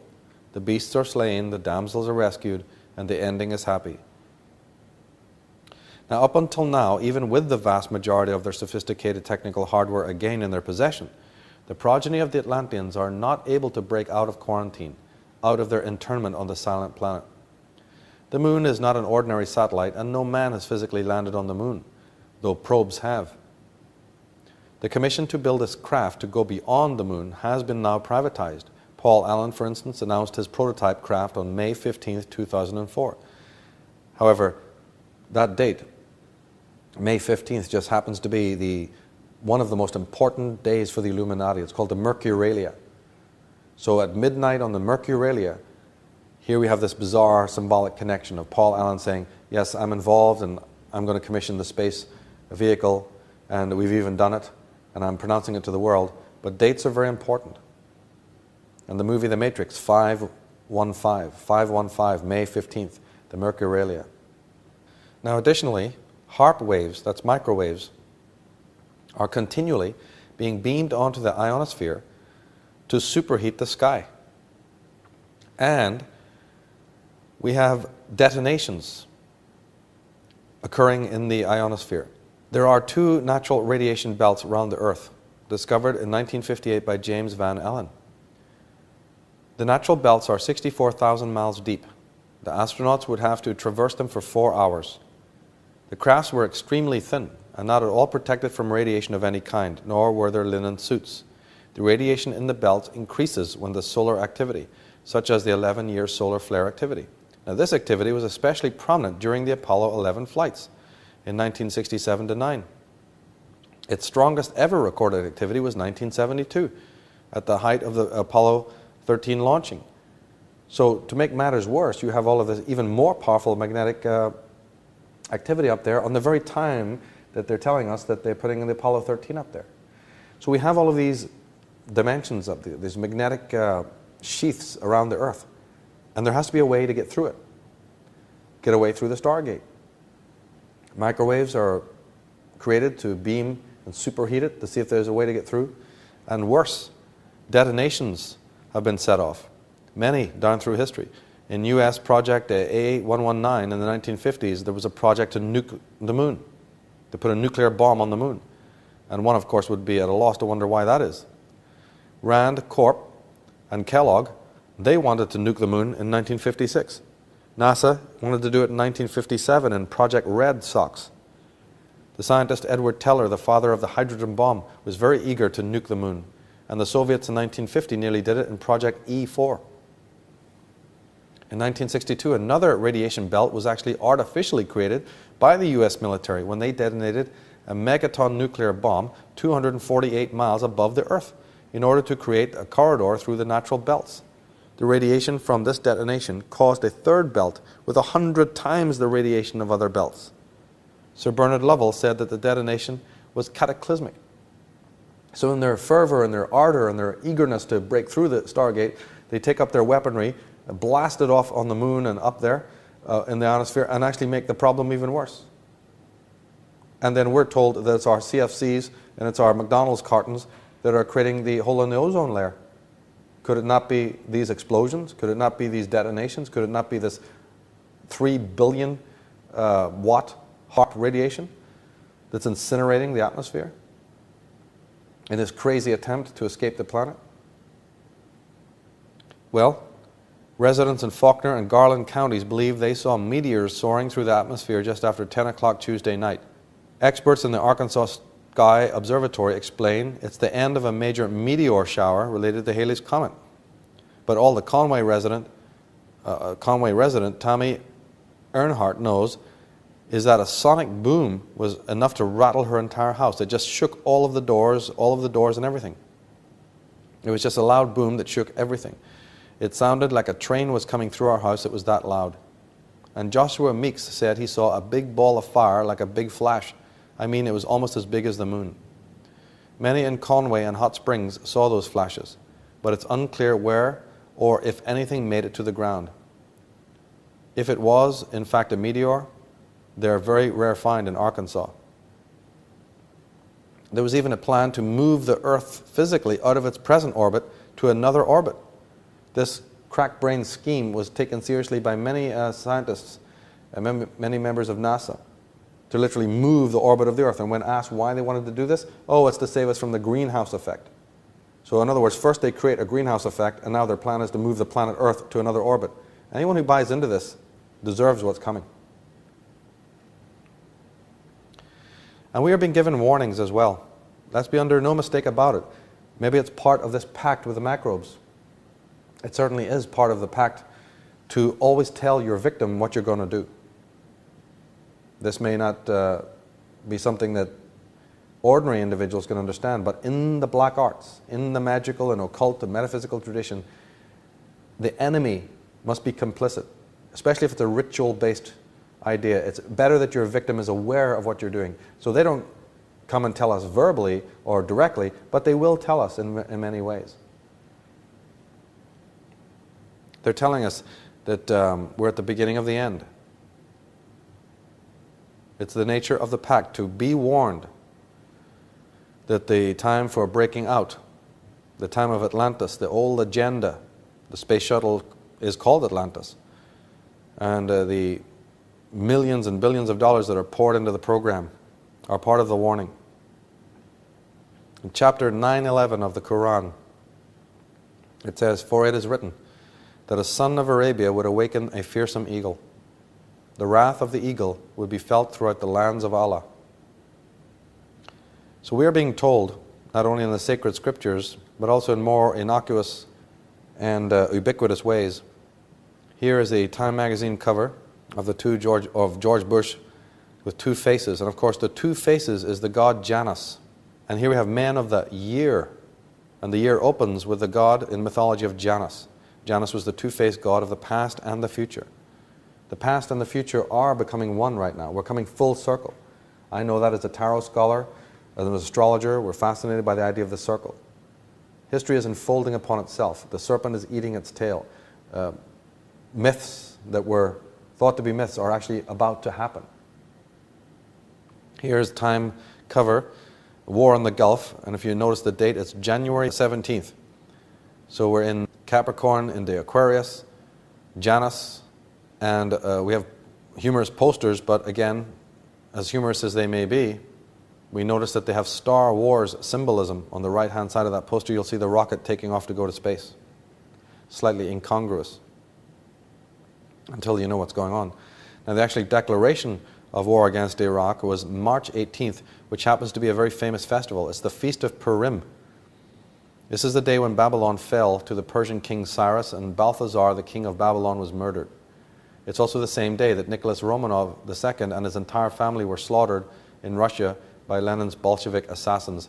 So the Feast of Purim and the symbolism that goes with that day is very important. The day of universal slaughter and mayhem in Pisces. But the military expenditure alone is a singular point of warning. In the book Against Civilization, we read that the combined military expenditures of all the world's governments in 1987 were so large that all of the social programs of the United Nations could be financed for 300 years. 900 plus billion is spent on military budgets a year worldwide, with 50% of that spent by the US. The Pentagon spent $9,000 per second before the 9/11 attack. Now, the percentage of US military spending that would ensure the essentials of life to everyone in the world, according to the United Nations, is a mere 10% of that, about 40 billion. The amount of funding that was initially requested to fund our retaliatory attack on Afghanistan. So here we have it, that the new millennium opens, and we've got saber rattling, and we've got these secret societies and governments focusing on a particular agenda, focusing on a particular area of the world. But what area? Babylon, Persia, the Middle East, the area from which their own civilizations and empires arose. Suddenly we're coming full circle. Suddenly the vanguard of the West is centering itself on Iran and Iraq and Persia and Babylon, the center, the cradle of their own civilization. But we also have the strange anecdotes that came out of the first wave of attacks, of the theft of artifacts from the museums. We read that at least 80% of the 170,000 separate items stored at the National Museum of Antiquities in Baghdad were stolen during the looting rampage that followed the US military occupation. The museum is the only one in the world to show how all the steps in the history of mankind took place. Isn't that interesting? The museum held the tablets with Hammurabi's code, perhaps the world's first system of laws. An entire library of clay tablets had not yet been deciphered or researched because of the US-backed sanctions that restricted travel to Iraq. Well, they're not likely to be deciphered now because they're all gone. So who would want to target that? Who would want to take away these clay tablets, this incredible history, like no other place in the world, showing step by step by step? Some accounts talk about that, yes, on some of these tablets, hybrid beings are shown. Reptilian beings are shown that would, of course, contradict what modern science is meant to know. Now, among the most priceless treasures missing is the vase of Uruk and the harp of Ur, dating back between 3000 and 2500 BC, and to the rule of the Sumerian kings. The exquisite bronze statue of Basitki from the Akkadian kingdom is also gone, somehow hauled out of the museum despite its huge weight. The 5,000-year-old vase of Uruk is the earliest known depiction of a religious ritual. So if we take it that the Atlanteans regrouped at the Asia Minor, and that these are basically their lands, perhaps we can now understand, even without going into great detail, why it is that their next generation of progeny would want to go back there and sequester and own those artifacts again. Now, Moyad Demirji of the Iraqi National Museum said that the raid on the building was planned in advance by people who knew exactly what they were looking for among artifacts mainly unearthed during excavations between the First and Second World Wars. That's right, they'd walk past solid gold masks and other priceless jewelry and head straight for these things that were not worth anything from currency point of view, only worth things from a historical, antiquarian point of view. Now, it has been of paramount importance for the Atlantean progeny to vacate this planet. To this end, they have forced technological advancement. However, their elaborate efforts have proved unsuccessful. Therefore, in desperation, they're falling back on what might be described as their final solution. It was ordained in the days of old that, as a last resort, if all else failed, the latter-day Atlanteans would unearth their masters from the secret places of internment and place them once again in charge of operations. These beings are not dead in the usual sense, and their places of repose are a well-preserved secret. So just as I made the little error of not explaining about the Stargate when I originally mentioned the pursuit, so I purposely left out earlier this question of whether or not the original Atlantean alien beings, I mean these are beings with the full alien blood, had survived, or what the duration of their lifespan would be. I implied that they may have perished, and of course we have only their descendants. But now it's important to reveal, because this brings us up to the most modern of times and the end game, the final solution, that in fact some of these beings are not dead in the way that we would normally understand it, and have been in fact interred in the earth. We saw in Atlantis Alien Visitation and Genetic Manipulation, that program, and also I mentioned in the book that the great dragon paths and the great ley lines are places where we find buried the ancients of old, both the Lemurians and the Atlanteans. When they would fall, we locate them in these key geomantic places. Now in Ecclesiastes 1 we read, "Is no thing new under the sun? Is there a thing of which one might say, see this, it is new? It has already been for all the ages which were before." So that's right. The myths are yet to happen, and it turns out that at these sacred locations throughout the world, some of the original beings that were purely alien in their DNA and their makeup, the giants of old, are interred. And this is one of the Masonic secrets. The Masons, the keepers of the royal secret, have kept this as one of their most coveted secrets. The Earth, as I said, is networked with what is called the Earth grid, a massive energetic dodecahedron encircling the Earth. And the crossing points and the vertices of this grid are often known as synchronic lines or axiational lines or ley lines or even dragon paths. And the places where they cross are places of extreme power and very important to the ancients and to the moderns, as we saw when it came to the design of the cities like Washington, D.C. The study of this subject is normally called archaeoastronomy, but it's also known as geomancy. And as I mentioned, these monuments of great geomantic and geometric power were constructed to encapsulate the wisdom of a departed serpent. So when one of the Lemurians or one of the Atlanteans would fall, their lifespan would finally end, they did not just bury them like we bury our dead. How could you encapsulate the remarkable life of such a being? Evil as they were, and of course the Lemurians were not evil, but then how would you encapsulate such a miraculous and incredible life? They chose to do it in stone. They chose to do it through the mausoleums. So when we look at these ancient sites and these megalithic sites, they're not necessarily graves. Some of them are.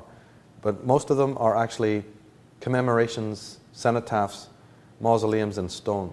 And the harmonic proportions and the places that they're put are part of that commemoration. They're like a symphony, a eulogy in stone.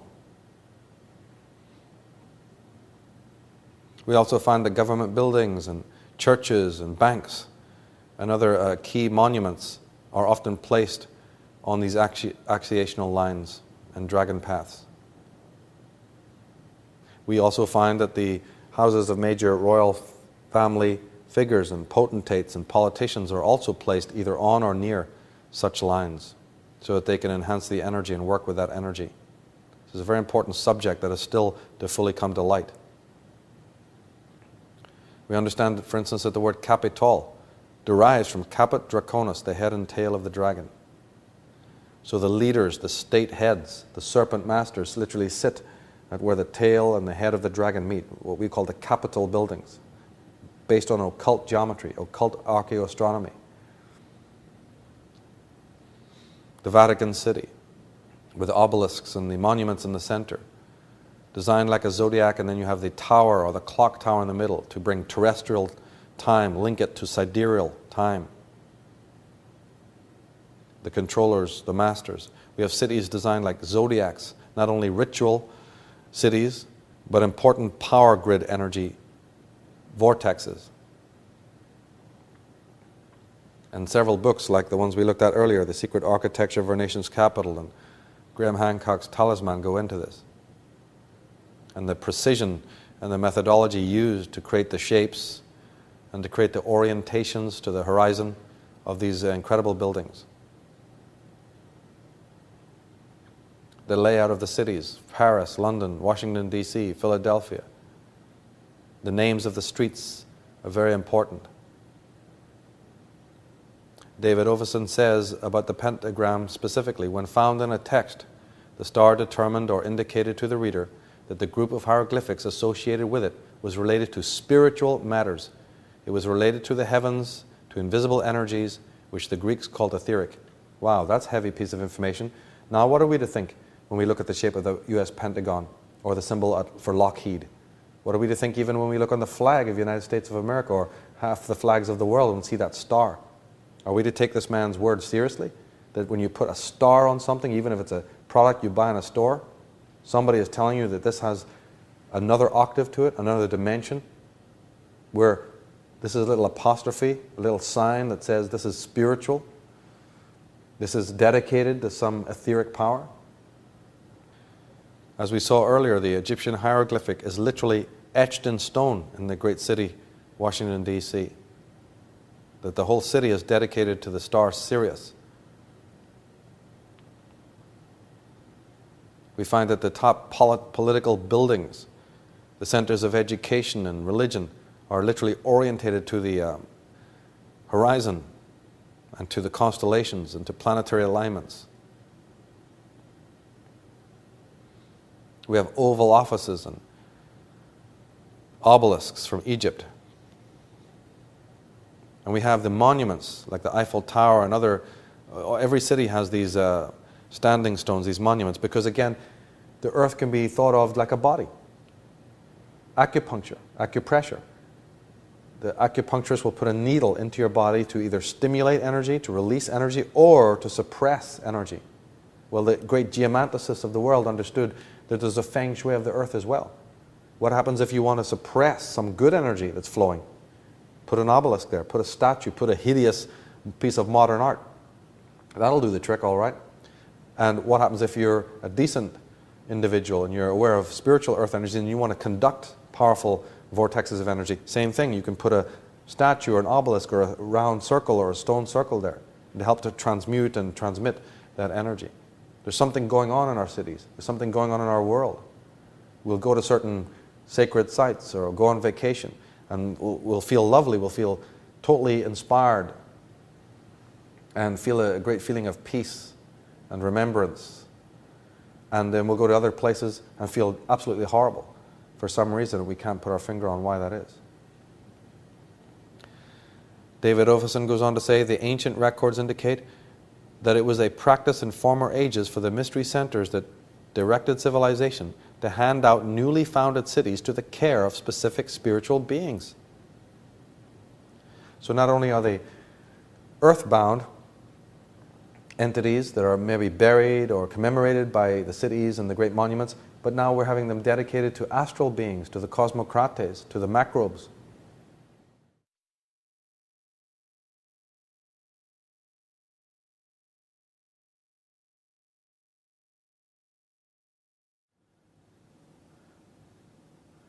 Now, David Oveson goes on to say, perhaps it is sufficient that we recognize as true the medieval arcane notion that such beings could be invited to participate in the life of a city by means of the spiritual art of astrology. These spiritual beings he's referring to are known in Latin as the cosmocrates or the angeli motivori, the angelic beings. He says the leader of these mighty beings was due to take over the direction of Western civilization in 1881. This caused considerable excitement in the esoteric circles of Washington, D.C. and the occult world in general. So now we hear that there's a hierarchy of these beings, there's a leader of these beings, and theosophists know what this means. It reminds us of Steiner and his work on the concept of Michael and Ahriman. Again, he spoke about different centuries, different ages being presided over. But here we're hearing that These beings, are they the macrobes? Are these John Dee's macrobes that are overlooking the destiny of mankind, overlooking our social welfare, being conjured into existence by the elites that are just hiding behind the veil of politics, operating in our world by way of the fronts of religion in exactly the same way a criminal syndicate like the mafia operates behind retail fronts and casinos? I mean, is this what we're talking about here? When it comes specifically to the internment of age-old beings, the Revelation 17 says something that needs to be noted. The beast that thou sawest was and is not, yet shall ascend out of the bottomless pit and go into perdition. And they that dwell on the earth shall marvel, whose names were not written in the book of life from the foundation of the world, when they behold the beast that was, is not, yet will be again. So again, here, despite the flowery language, despite the posy, despite the cryptic nature of biblical passages, you know, we can work it out. Here we're being told that there was a being, entities that were, then they were not, and then they shall be again. And we have the motif of the bottomless pit. One has to decode this, one has to understand the metaphors. Now, we think when we hear about bottomless pits, we have this normal idea of internment in the earth, under the ground. But could it not be, as some researchers are saying, that the earth itself in this quarantine situation is the bottomless pit, and that these entities have been chained to the pit? The book of Baruch again, there were the giants famous from the beginning that were of so great stature and so expert in war. Book of Enoch, this child which is born to you shall survive on earth, and his sons shall be saved with him. When all mankind who are on the earth die, he shall be safe, and his posterity shall beget the giants, not spiritual, but carnal. In Revelation 9, the rest of mankind that were not killed by these plagues still did not repent of the work of their hands. They did not stop worshiping demons and idols of gold, silver, bronze, stone, and wood idols that cannot see or hear or walk. Nor did they repent of their murders, their magic arts, their sexual immorality, or their thefts. So we're hearing about the gods, but gods and giants in connection with immorality and amorality. I mean, even from a Christian point of view, these passages need clarification. And that's why a lot of Christian thinkers are even trying to extrapolate and find deeper meanings in these enigmatic passages. Because what are we hearing about? Almost in every passage, when we hear about the gods or God, we're also hearing about crime, debauchery, perversity, immorality. You know, why would these two subjects suddenly go together when we're talking religion? Again, on the concept of the underworld, another term used often is the abyss. When he opened the abyss, smoke rose from it like the smoke from a gigantic furnace. The sun and the sky were darkened by the smoke from the abyss, and out of the smoke locusts came down upon the earth, and were given power like that of the scorpions of the earth. They were told not to harm the grass of the earth or any plant or tree, but only those people who did not have the seal of God on their foreheads. They were not given power to kill them, but only to torture them for 5 months. And the agony they suffered was like that of the sting of a scorpion when it strikes a man. During those days, men will seek death, but will not find it. They will long to die, but death will elude them. The locusts looked like horses prepared for battle. On their heads they wore something like crowns of gold. Their faces resembled human faces. Their hair was like women's hair, and their teeth were like the lion's teeth. They had breastplates like breastplates of iron, and the sound of their wings was like the thundering of many horses and chariots rushing into battle. They had tails and stings of scorpions, and their tails, they had the power to torment people for 5 months. And they had as a king over them the angel of the abyss, whose name is Abaddon, and in Greek Apollyon. So again, the motif coming out of the scriptures of an army of darkness arising out of the depths, coming forth into the world of man, arising out of the pit, wearing armor, causing chaos, torturing the human race. In Daniel 7, the great beasts which are four kinds which shall arise out of the earth. This he said, the fourth beast shall be born, the fourth kingdom upon earth, which shall be diverse, that's different from all other kingdoms. So here we have the beast rising out of the earth, creating yet another kingdom of control and debauchery. And we have that age-old prohibition that man was never meant to make a picture or take a photograph or take a Polaroid or speak about or draw or ever depict those entities that are in the earth or under the water. This edict again comes before thou shalt not kill. You'd think, why on earth would such a prohibition exist? And there are names for the underworld: Tartarus, Sheol, Hades, hell. And the graves were opened, says Matthew 27, and many bodies of the saints which slept arose, and came out of the graves after his resurrection, and went into the holy city, and appeared unto many. Now this giant lineage is traceable after the flood by the same Hebrew word used for giant, like the sons of Anak. Certain tribes had this intermixing. These were the only ones of the Old Testament which God said to destroy completely. This was the same lineage Goliath came from. The word giant has another meaning, as a tyrant or bully, and can mean much more than physical stature. The Victorian writer, Bulwer Lytton, we find that he wrote about these in his books. In 1867, Wentworth Little founded the English Rosicrucian Society. That's a secret society that goes back to antiquity, but it was revamped and reformed in the 1800s. And the founder, Wentworth Little, he was in contact with the German Rosicrucians. Little recruited his followers, up to 144 people, from the ranks of the high-ranking Freemasons. One of his disciples was Edward Bulwer Lytton, who was a learned man celebrated throughout the world for his novel, The Last Days of Pompeii.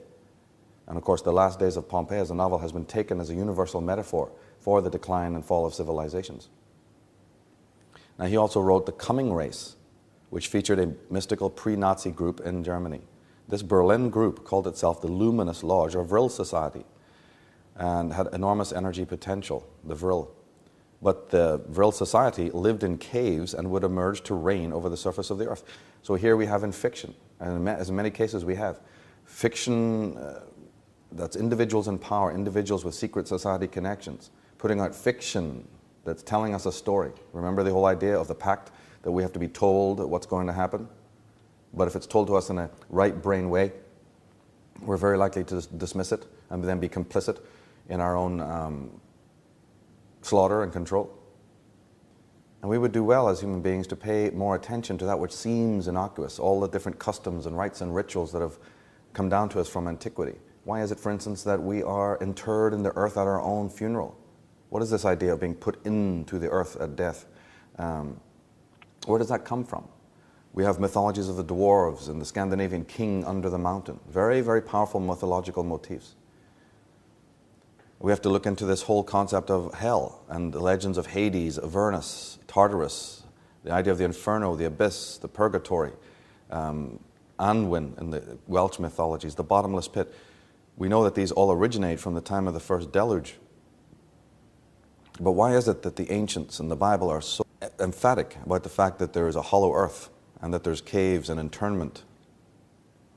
So then the question then arises, if these tombs, underground tombs exist, where are they? And has the secret of these locations been kept in antiquity?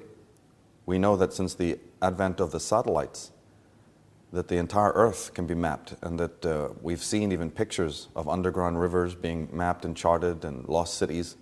And certainly it's possible through the technology to physically now locate graves which may have been interned and may have been covered over by cities and deserts for many thousands of years. Now we certainly know that the forces that be can position those again, even if they didn't already have maps to do so.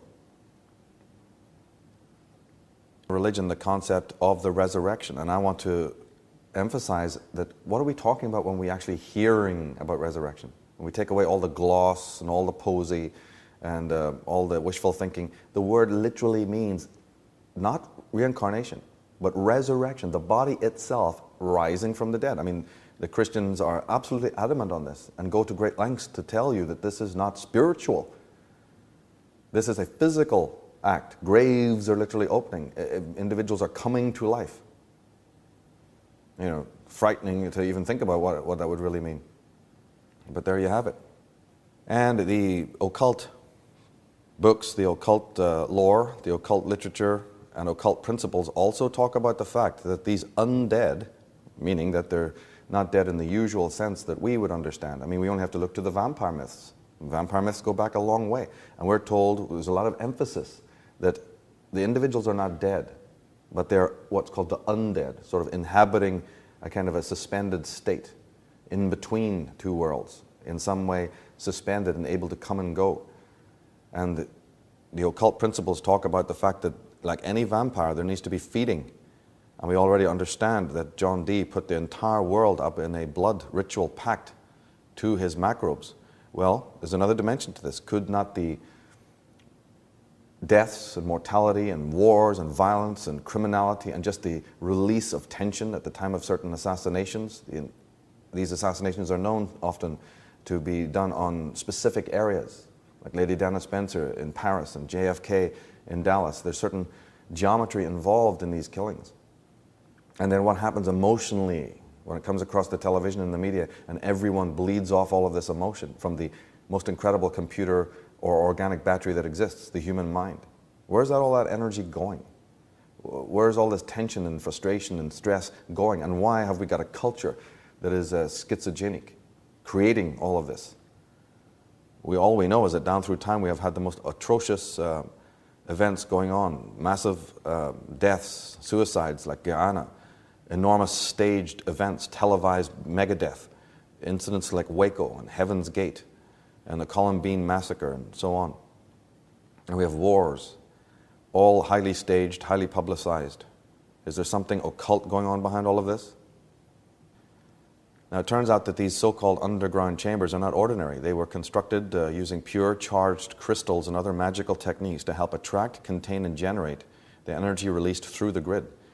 The energy that we release kinetically, the fear, the stress, the repressed angers and so on, and all the sadism that arises, and the whole cocktail of emotions. This energy grid picks it up in exactly the same way that electricity works, like magnetism works.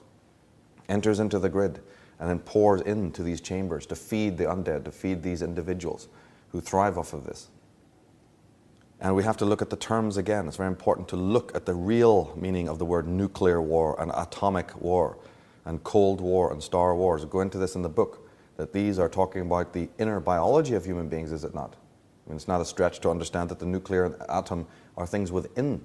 The war is really an inner war as opposed to bombs dropping from the skies. And so the daily diet of news, full of horror and injustice, is indeed a diet.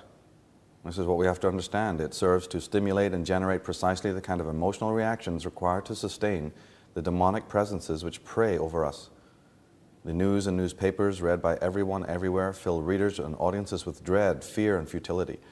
These soft reactions still drain energy from the erstwhile victim. The energy released from your own living room is conducted via the ambient electromagnetism into the earth grid. Large doses of fear, trepidation, and agony were released during the 9/11 disaster, September 11th, not only from New York, but all over the world. This event was staged at the site of a powerful vortex or synchronic line. August 31st, another very important occult date, 1997, a famous assassination. Tremendous occult principles involved. Just as a case in point, for those who are interested, 100 years to the day, August 31st again, Jack the Ripper took his first victim in that series of ritual deaths. And those deaths have been clearly brought to the door of the royal family in England by Stephen Knight. Stephen Knight, who wrote the book The Brotherhood, absolutely clearly shows you that this was by royal appointment. And Stephen Knight died mysteriously 2 years after his book was written. November 22nd, the 13th sign of the zodiac, Sagittarius, the most important occult position of the zodiac. We have a very famous assassination, and the symbolism is incredible. The cenotaph that was built for Kennedy has 13 levels.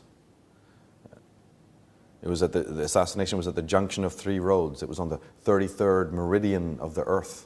The 33rd meridian of the earth is very important to occult societies and Freemasons, those who are into the know in these subjects. Now, the geographical latitude of Jerusalem and the Temple Mount lies between the 31st and 32nd degree parallels, with the latter passing just south of the Holy City. It has also been remarked that the Mother Lodge of the Scottish Rite Supreme Council of the 33rd degree was located in the city of Charleston in South Carolina, probably because the 33rd degree parallel passes almost right through it. Most of the banks of the world, the stately homes, parks, a lot of the atomic and detonations, also a lot of the wars have gone on between the 30th and 33rd parallel of the Earth. These are important zones on the Earth. Now, the rape of the planet Earth, the pollution, the desecration of oceans, the forests and jungles and atmosphere is all part of this preparation for the arising. It's not by accident that we seem to be so ecocidal when it comes to our own planet. There's no occult agenda behind that. The pirates devastating the whole of the land, and the Hudson Bay companies, all by royal appointment, the Virginia Company, the East India Company. We have a wholesale rape going on and a wholesale slaughter of people in the world. And we have it in our modern age. If beings are about to arise, if there's a final solution going on, if it's getting late in the day, and these children of the Nephilim are not able to break through the Stargate, and they are even turning to their final solution, which is to disinter, to reawaken either genetically or in some other means these ancient beings and turn the problem over to them 11,000 years or more later.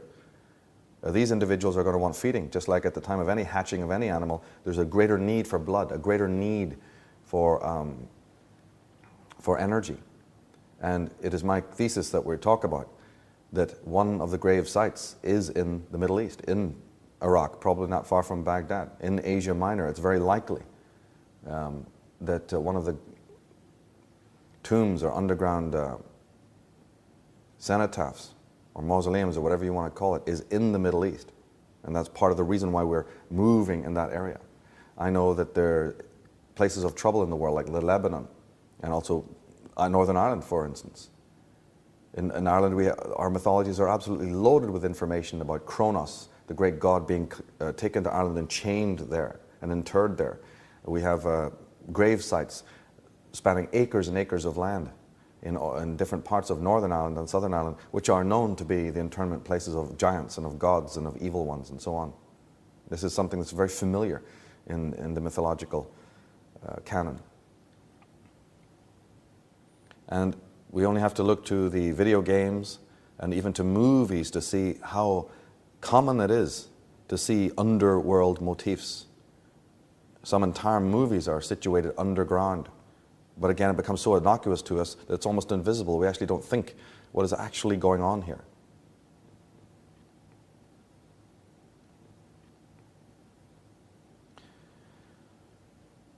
Now, the disinterment of the alien original masters is, as I said, the final solution, the big plan.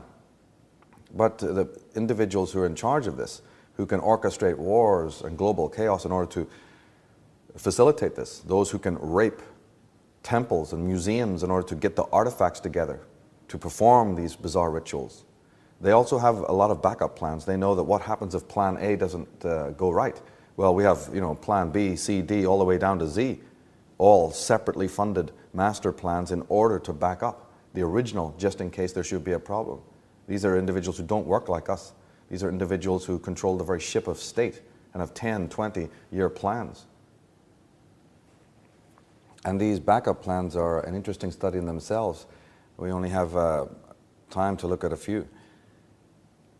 One of the ancient structures that could be used in this revivification process is the Great Pyramid at Giza. It was known by those who've made a study of the principles of the pyramid and its construction and its interior, know that it was used for healing and used for reconstitution of the body, and that certain monatomic substances were taken within its precinct, and that it generates certain kinds of energy and frequencies that are very helpful in the restoration process. It's a sort of a channel not only of cosmic energies but of earth-based energies. It's almost like the perfect incubation place. And we hear that there's a 22-foot wall presently in the construction phases around the Giza pyramid. There's a lot of activity, both by the Egyptian government, the Egyptian military, and the rest of the world. And certainly secret societies have always used the symbol of the pyramid and are busy creating railway structures, possibly in order to vehicleize that when these individuals are disinterred. I mean, the whole of Iraq, you could not move in to Iraq and just simply send a bunch of technicians and start to disinter without everybody in the region looking over your shoulder. And unfortunately, when we look at the Muslim population of these countries, I have to say it, those individuals are caught in their religious orthodox fundamentalist belief systems. They're not going to understand any of this. They're not even, the Iraq people, the Iranians are not aware of their own ancient traditions in the same way that the Celtic people, the Irish people are not aware of their Celtic legends. Why should they be? They've got their religion and that's happy. They wouldn't even know what's happening 14 feet beneath the ground. They don't care necessarily about some of their own ancient and pagan history.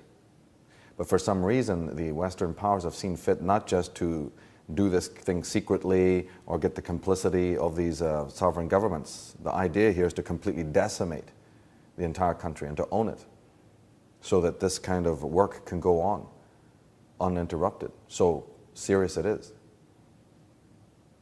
And if phase one in these laboratories over there doesn't work, then these beings, these bodies can be moved. We have lots of research in the world regarding the digging up of the pharaohs and checking out the DNA of the pharaohs, and we're not really understanding why millions of dollars should be spent on such preposterous research, and yet now we understand there's a reason for this.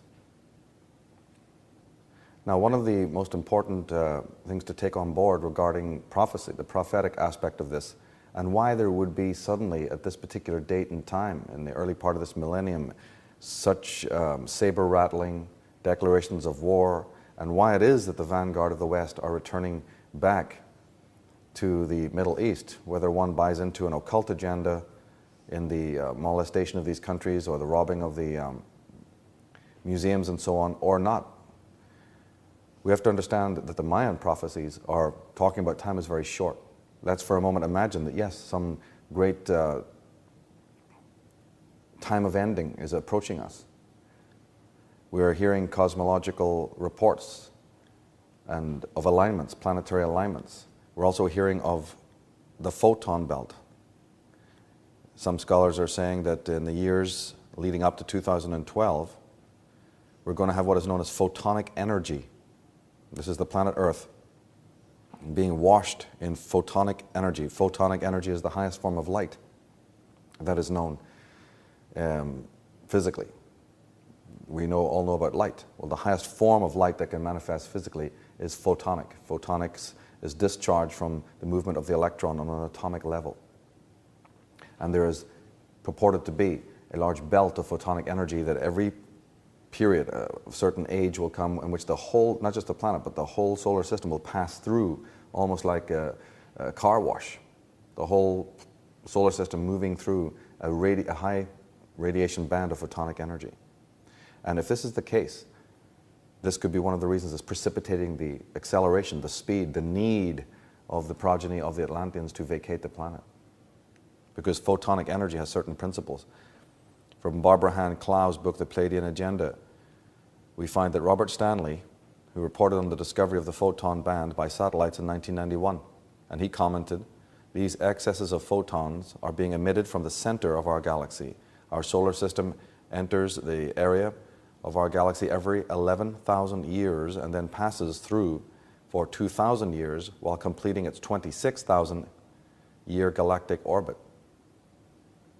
Noel Huntley, in his book The Photon Belt Encounter, says, by means of satellite instrumentation, astronomers in 1961 discovered what appeared to be an unusual nebula. We normally understand the nebula phenomena as a vast, cloud-like mass of gas or dust. This one, however, appeared to have anomalous properties and was named the Golden Nebula. The public's attention was not drawn to this unusual revelation until much later, presumably when it was realized that this nebula's location was coincident with the projected orbit of our solar system. Around the early 1980s, a radio announcement in the US was made that our solar system was, in fact, going to collide with an electromagnetic cloud in the not too distant future. Now, the photon effect is caused by the precession of our solar system and its accompanying planets around the central sun called Alcyon, located in the constellation of the Pleiades. This counter-clockwise cyclic procession around Alcyon requires about 25,860 years to make one complete orbit. Our present-day Sun, Moon, and planets must twice pass through the photon belt during this time. That is, once to the north and once to the south. During this cycle, there are 2 periods of darkness and 2 periods of light. The periods of darkness, which constitute the vast majority of the rotation around the central sun, consist of 2 periods of about 10,500 years. Following each period of 10,500 years of darkness, then we emerge into 2,000 years of total light, which actually constitutes the photon belt.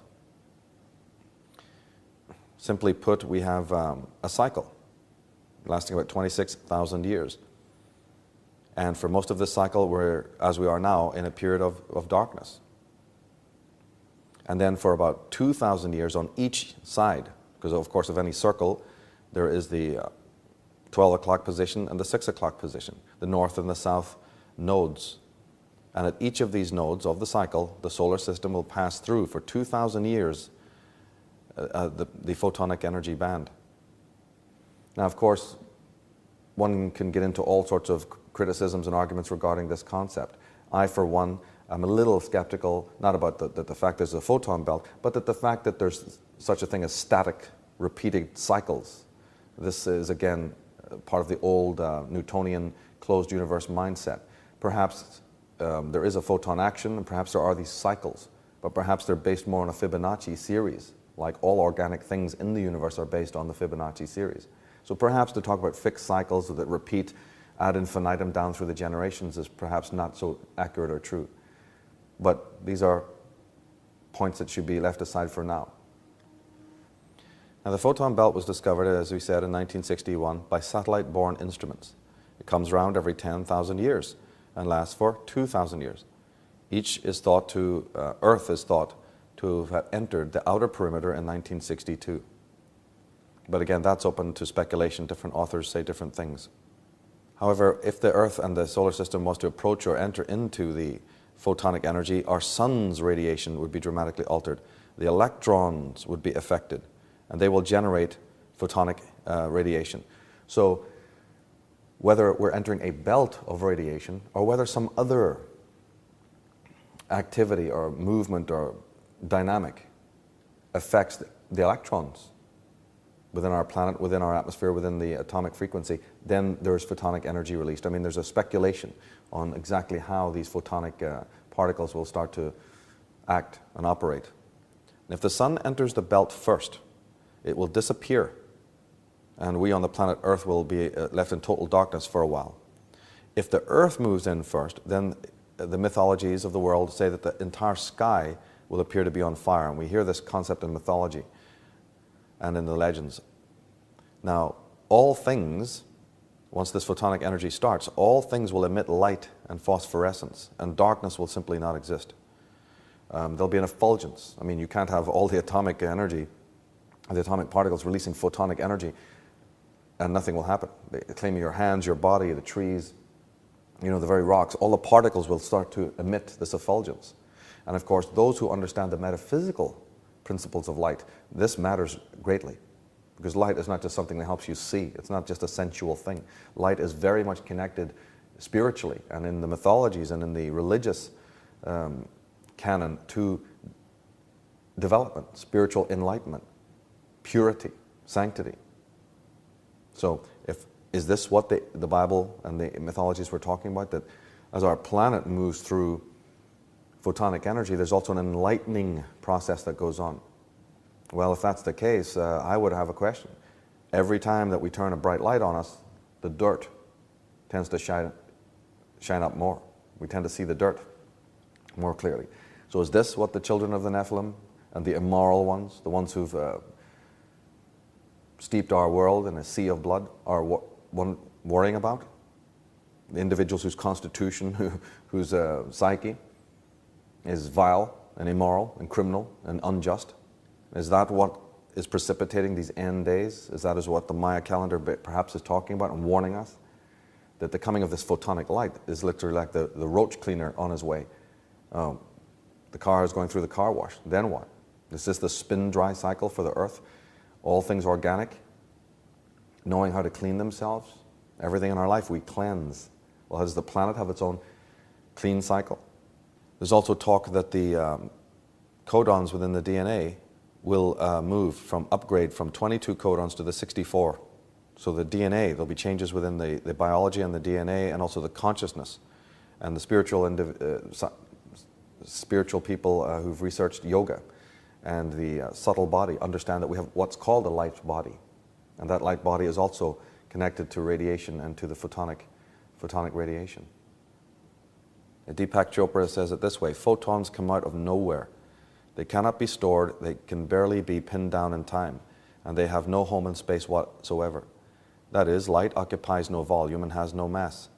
The similarity between a thought and a photon is very deep. Both are born in the region beyond space and time where nature controls all processes that in that void, which is full of creative intelligence.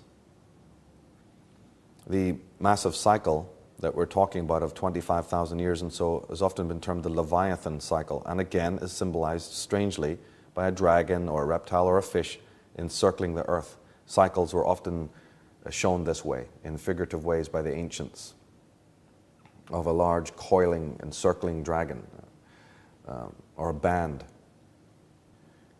Virgil Armstrong says that following each period of 10,500 years of darkness, and he's talking more here about spiritual darkness again, we then emerge into 2,000 years of total light, which actually constitutes the photon belt. We then have 21,860 years of darkness and 4,000 years of light if you take it together. Another way of viewing this phenomena is that in one complete orbit we have 5/6 darkness and approximately 1/6 light, or a 5-to-1 ratio, with darkness being predominant. Surprisingly enough, we are now once again emerging from the 10,000 plus years of darkness and preparing to emerge into 2,000 years of light, which will begin to experience that in around the year 2000, he says. But what I want to draw attention to right here is this whole idea of the 5-to-1. It's very important to understand that the pentagram is, in a way, a cryptic symbol for that. And we've been talking a lot about the symbol of the pentagram and how it's used on many mega corporations and military establishments and on flags and on symbols. And that, of course, represents the 5 around the 1, which is being used in magic. Now, another important cycle here, as an alternative theory to the photonic energy, or perhaps a compatible one, is the idea in 2012 that the sun aligns with what is known as the galactic central point. The galactic central point, or the center of the galaxy, is very, very important not only to astronomers but to the ancients. Again, I have to stress how important these cosmological events and phenomena were to ancient man. And of course we hear about astrology and different conjunctions and different aspects. We have the 12 signs of the zodiac. But in the sign of the zodiac known as Sagittarius, close to Capricorn, close to the winter solstice, is galactic center. The pole of the Earth literally facing galactic center. It's one of the original reasons why Sagittarius was shown as an archer. Why is he holding that bow and where's that arrow facing? The sign of Sagittarius and the archer and his bow and his arrow was meant to face what we know as galactic center. Those who've studied the occult history of astrology and astrotheology will know what this means. Safe it is to say that galactic center runs through the constellation that we know as Sagittarius. And of course, being the background of the night stars, the planets and the stars are seen to move, especially the planets, are seen to move in front of the backdrop of the night sky. And around December 21st, 2012, the sun itself on the December 21st, which is of course the solstice, is meant to rise. And when it rises, when we first start to see it in the morning, it will be back of galactic center. Now this is what is called an alignment, a planetary alignment. And this is considered of supreme importance, this particular alignment. And many researchers are pointing to this, as opposed to the photon belt, to be a significant factor in the end days. And the Mayans, they knew all about it. According to Carlos Barrios in his Mayan calendar, The World Will Not End, he says, Maya day keepers viewed December 21st, 2012 as a rebirth. It will be the start of a new era resulting from and signified by the solar meridian crossing the galactic equator and the Earth aligning itself with the center of the galaxy. At sunrise on December 21st, 2012, for the first time in 26,000 years, the sun rises to conjunct the intersection of the Milky Way and the plane of the ecliptic. This cosmic cross is considered to be an embodiment of the sacred tree, the tree of life, a tree remembered in all the world's spiritual traditions. Some observers say this alignment with the heart of the galaxy in 2012 will open a channel for cosmic energy to flow through the Earth, cleansing it and all that dwells upon it, raising all to a higher level of vibration. So here again, the Maya talking about the constellational aspects and the idea of alignments involving the Earth and the Sun and the galactic center and the Milky Way.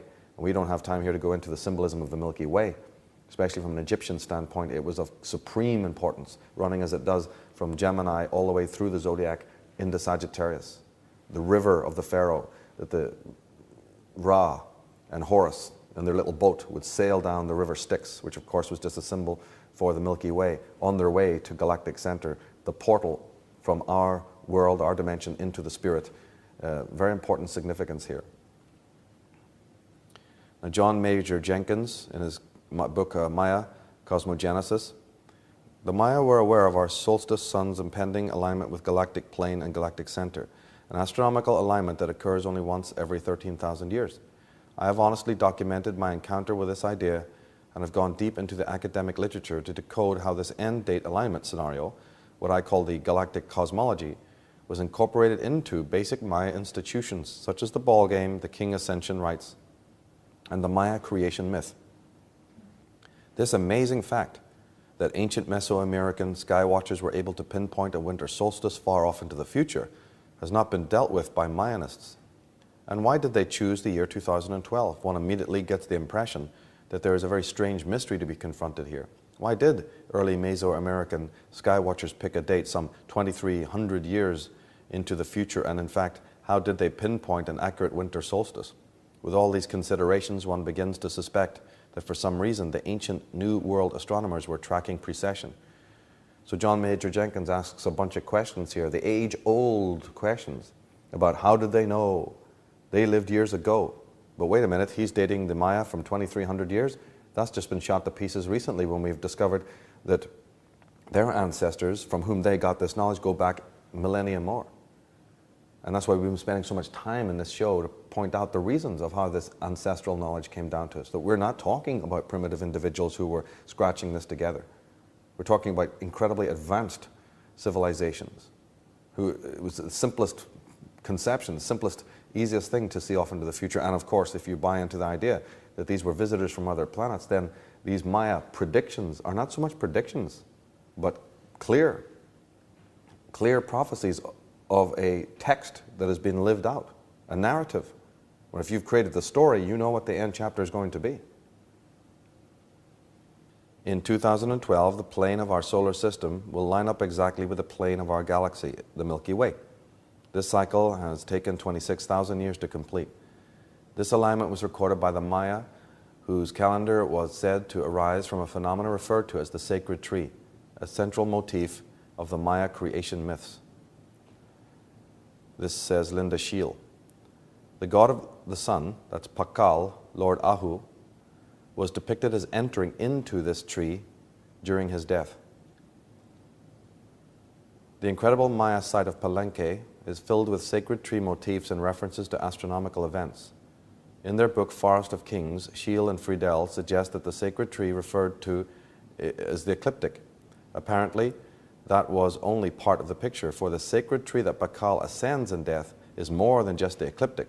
It is the sacred doorway to the underworld. The crossing point of Milky Way and ecliptic is the doorway and represents the sacred source and origin. Now, when a planet, the sun or the moon, entered the dark cleft of the Milky Way in Sagittarius, which happens to be the exact center of the Milky Way, the galactic equator, entrance to the underworld road was possible, which could then take a journeyer up into the heart of the sky. This road has been called by different names: the Dark Road, the Road to Xibalba, the Camino de Santiago, and the Crossroads. It is really where the galactic center crosses the ecliptic in Sagittarius. The fall equinox sun conjuncted the sacred tree about 6,400 years ago. That's a quarter of the precessional cycle. Ancient cultures in Mesopotamia may have recognized this alignment and called it the Golden Age. The fall from this state of alignment may be responsible for the original fall from paradise myth, which filtered out into the Judaic tradition. Terence McKenna demonstrates that on winter solstice of 2012, galactic center will be rising heliacally, that's with the sun, just before dawn. And one of the most interesting points also is that remote viewers, clairvoyants, divination readers, what have you, they're also reporting that they cannot see a future beyond the end date of 2012, which is kind of perplexing. And more specifically, when we turn to the Maya, for every day of any one of their cycles, the Maya are known to have had a little prediction, a little divination reading, same as you'd see in the newspaper. But when we look to the divination readings that come for after 2012, there aren't any. There's only one, I think, for that day. We have Ahu, that's the sun. Ajpu is the light from which we emerge, and the light to which we all return. So this is the first line of their prediction for December 21st, 2012. The light from which we emerge, and the light to which we all will return. A year of the vision of the eagle, and its connection with grandfather sun and the solar mind, the lord of the age of flowers, balance in the material and physical worlds, strong, intelligent, hardworking, yet tender and brave. This year anchors a spiritual certainty and the understanding of cycles of time and the interdependence of all living things. It offers us the ability to use the creative power of the universe. We will pass many tests of the mind and will. Remember to act from trust and let go of the belief in struggle. So one could go into every single one of those lines and thoroughly decode it metaphysically, because there's a lot of information in that little reading concerning light and uplift and living in harmony and whatnot. Now, Stephen Hanawar says, it appears that we are soon heading towards something wonderful and very significant during this critical time for humanity. We have an opportunity to raise the conscious vibration of humanity as a whole to a new high. It is completely up to us. We can be a chosen one by preparing ourselves physically, emotionally, mentally, and spiritually. We Americans in particular have been lulled into a dreamlike state, believing since the 1940s that the opulent lifestyle we've grown accustomed to could be maintained indefinitely with no detrimental effects to the planet or our souls. The day of reckoning is near. It's time to either voluntarily awaken from the dream and change, or be abruptly and swiftly awakened, possibly too late. We have accomplished great things through our technology, but due to its misuse and overuse, we have nearly destroyed life on this planet. The Earth will survive, but we may not, at least in the physical dimension. Our technological means has exceeded our spiritual awareness and understanding, for example, with nuclear bombs, genetic engineering, and time traveling. Now, the 12-strand RNA or DNA system will have replaced our body's current 2-strand system, some are saying. We will have increased our 7-chakra system of body energy vortexes to a 13-chakra system. We will also consciously use 100% of our brain. Instead of the 10 to 20% currently utilized, full consciousness will return to us. These are some hypotheses that are being put before us by individuals within the metaphysical and spiritual communities, that the end date of 2012 signals major changes positively for consciousness. But again, as I repeat, before you can have the light, or when you have bright light, the first thing you notice is the dirt. So maybe there's also a catabolic season or a catabolic dimension to all of this, where we have to really confront some of our demons and some of our negative aspects and purge that first before we can move on and be in the light, so to speak. Dr. George W. Crowell, he says, of the Cleveland Laboratories, announced that he had discovered at the heart of every living organism a tiny nucleus of energy all aglow, with temperatures ranging from 3,000 to 6,000 degrees of heat, which he called radiogens or hot points, precisely akin to the radiant energy of solar matter. He affirmed that a tiny particle of the sun's power and radiance was lodged within the heart of every organic unit. And is that not what we've been told, figuratively and poetically and spiritually in the great scriptures of old, that man, the temple of God, is within, that he is the light? Was that not the message of not only Christ, but the Buddha and the other great mystics of the world? that man is the light of the universe? Now, of course, we're on the countdown time clock to these end dates, and if there is going to be some kind of social catharsis or even individual cleansing, we have to look at some of the forms that that could take, and also some of the consequences that could happen when individuals are forced to confront and examine and also exercise some of the dark aspects of their own psyche. And we also know that there's presences on this planet who would just be very much enjoying that kind of release, as we saw earlier on, and may in fact be working to precipitate it. Are there other things that we should know about the permutations and the nuances of these coming cleansing cycles? Well, Richard Allen Miller and Iona Miller, in the Nexus magazine interview, they also say that for epochs, Schumann resonances have provided the orchestrating pulse for life on this planet, our planetary heartbeat, which sets the tempo for health and well-being. ELF frequencies of Schumann's resonance are intimately linked with those of human brain waves. Naturally or artificially induced changes in the Schumann resonance could affect the subtle and perhaps gross brainwave generation. Liquid crystals, and that could be the DNA, the brain ventricles, the cellular structure in the human body, may operate as antenna for detecting and decoding such global and local ELF signals. So they're talking about this incredible symbiosis between the human body, the vibrations of the human body, the cellular makeup of the human body, and the earth, and these very important Schumann waves and resonances and the Hartmann waves, the heartbeat of the earth. There is a rapport that needs to be taken into consideration. They say there is a harmonic relationship between the earth and our mind and body. Earth's low-frequency isoelectric field, the magnetic field of the earth, and the electrostatic field that emerges from our bodies are closely interwoven. Our internal rhythms interact with external rhythms, affecting our balance, our REM patterns, and mental focus. Or is it the other way around? Are the mental, emotional, and psychological states of human beings causing the changes in the electromagnetism of the planet? That's exactly what Wilhelm Reich and some of the major students of this subject would certainly have believed. Because again, our materialistic background would tell us, oh, it's all environment, it's all the external changes in this objective reality, then the human being is affected by it. Like consciousness is secondary, consciousness is subservient.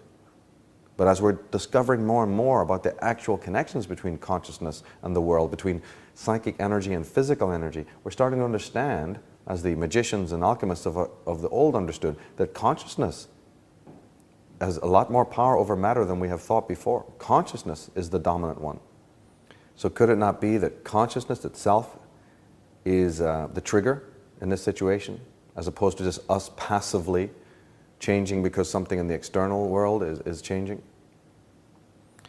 Now, Stephen Hanauer goes on to say the Maya calendar is the only calendar known to be based on galactic cycles. The Mayans claimed they created this calendar in order to monitor the light coming from the center of the galaxy and how it affected our DNA. We now know through the work of Fritz Popp that DNA not only absorbs lights but also emits light. DNA also appears to be the bridge between our physical and etheric bodies.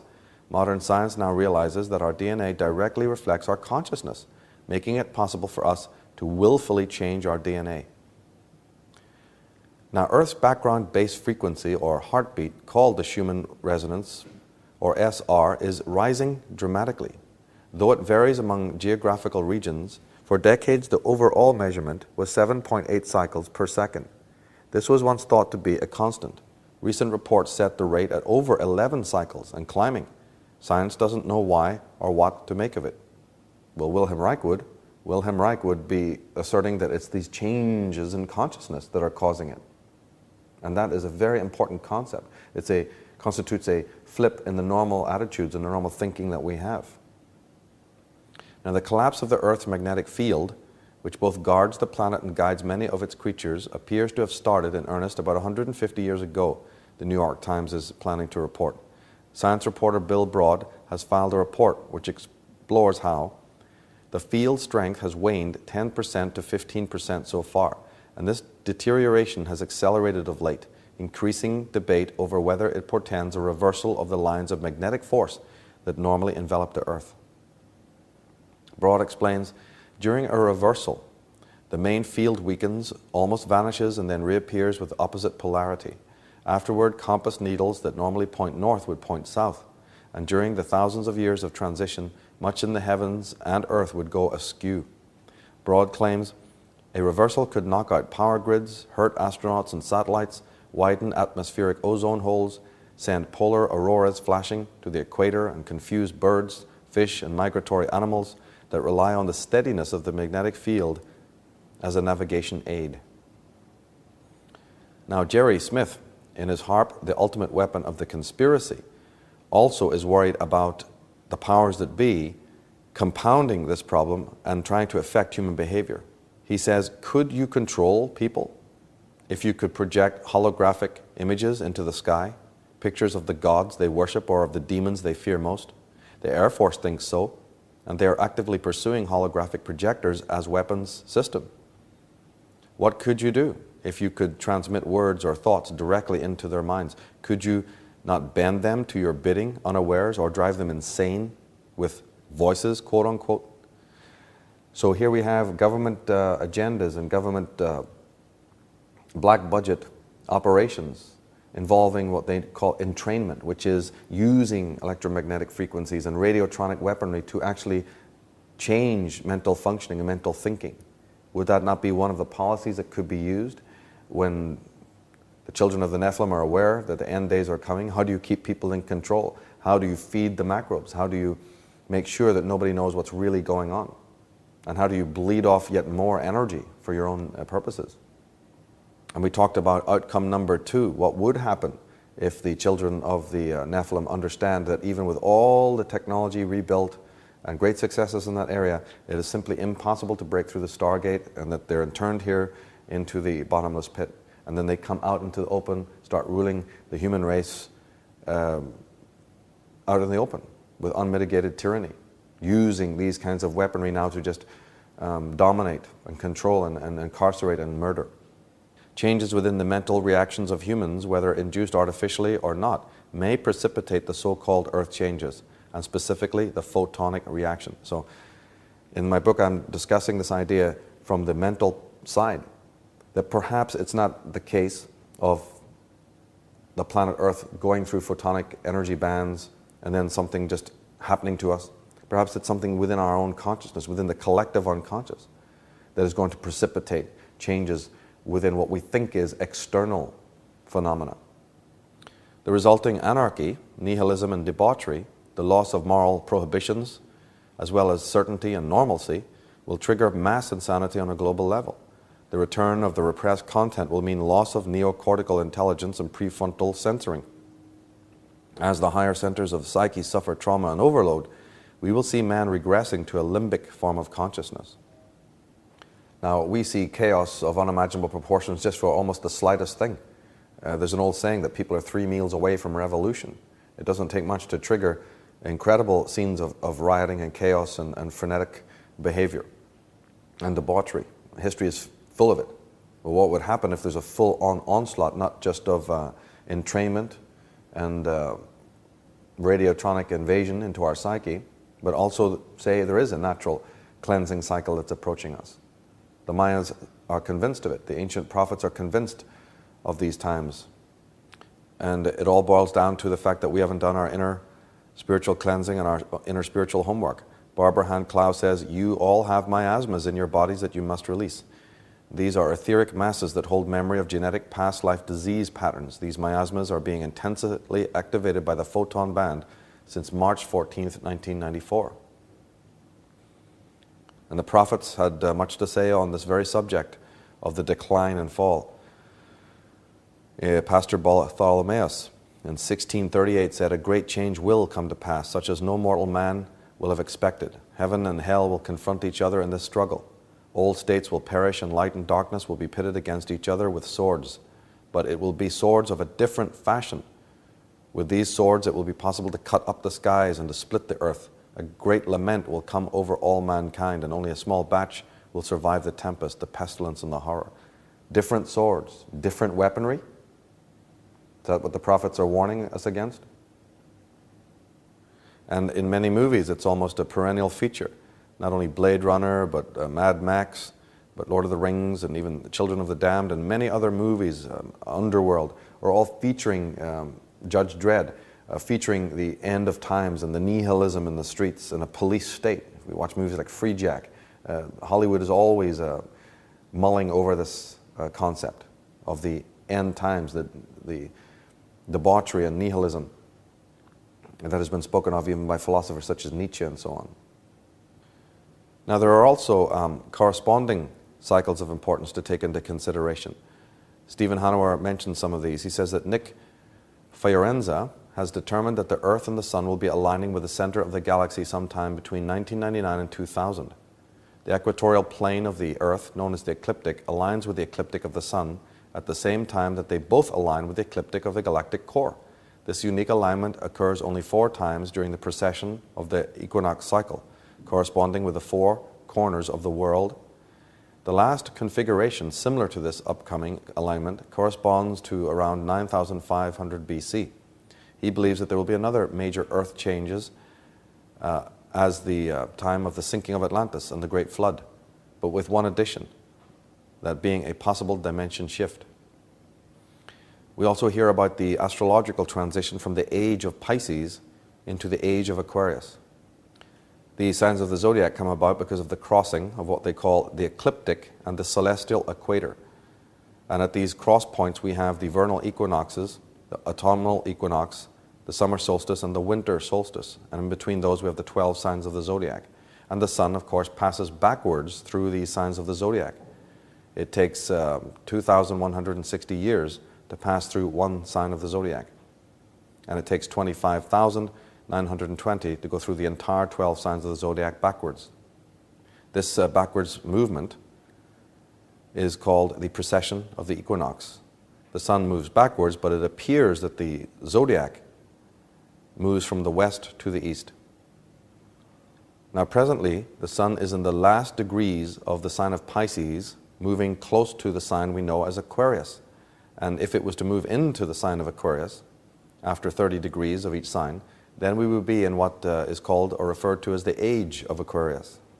And the Bible, albeit in cryptic language, speaks about these ages or these houses. For instance, in John 14 we read, "In my Father's house are many mansions, and I go to prepare a place for you. And if I go and prepare a place for you, I will come again and receive you unto myself, that where I am, there ye may be also." Well, how can there be many mansions in a house? This is again a euphemism for the houses of the zodiac, and the 12 apostles of Jesus Christ are also considered that. Now, competent astrologers know that the negative traits associated with the sign of Pisces, this is the age that we've been in for over 2,000 years, concern deception, vice, hidden agendas, mass delusion, and the misuse of spiritual virtue and power. These are the negative traits we associate with the sign of Pisces. Every sign of the zodiac, just like every symbol and sign, has both positive and negative connotations. And these are the negative ones of Pisces. So in the age of Pisces, it was to be expected that the world would experience its share of these negatives on a macrocosmic level. As the age of Pisces comes to a close, the deceivers know that a paradigm shift which will occur does not favor their machinations. This understanding has led them to make many subtle alterations to their age-old stratagems. The study and tracking of these expedient accommodations, prompted by astromantic and cosmological phase shifts, amounts to an entire subject in itself. But what we can understand is that the ancients understood that the sun moves through the 12 signs of the zodiac very gradually backwards in the precession of the equinox, and that each time it moves into a different house, a new mythology is needed, a new set of symbols. In the age of Pisces, the mythographers, the powers that be, understand that we're coming to a cusp point and there's going to be a sizable shift. I mean, after all, in astrology, Pisces is a mutable water sign. Aquarius is a fixed air sign. There's going to be changes, quantum shifts in consciousness. And the powers that be, who know how to track these enormous epochal changes, understand that there's going to be a need to revise some of their own mythologies, and operating manuals, operating procedures will have to change. And the age of Aquarius is said to begin, nobody knows quite for sure, but they think it's to begin in AD 2740. However, as the sun moves towards the final degrees of the previous sign, The descendants of the great cults of power who are at the helm of the religions and governments need to make arrangements for that change. As each age terminates, the appointed mythographers have to get ready to script new mythologies consistent with the complex symbolism of the coming age. Their work is analogous to the Madison Avenue ad man, only their hot product is literally the New World Order. The end of an age is always distinguished by orchestrated chaos and conflagration. This is the true meaning of Armageddon. And it was known not just of this age of 2,000 years, but of all the ages, that when you come to the cusp point or approach it, there will be trials and tribulations attending the transition. So is this what we're heading towards, the cusp point of one zodiacal age into another?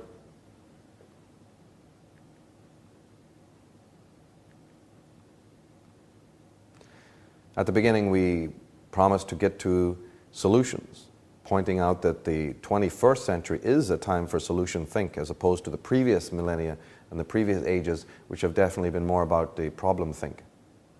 If we have any of these problems that we've been canvassing and demonstrating and showing, we need to be able to understand that we can fix it.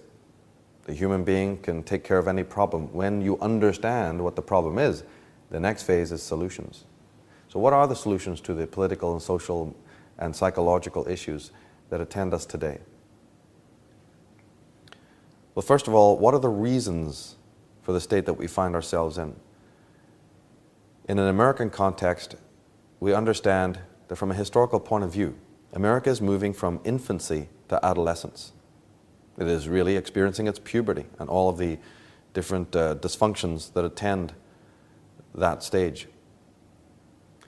We also understand that freedom and individuality are virtues which really must be earned.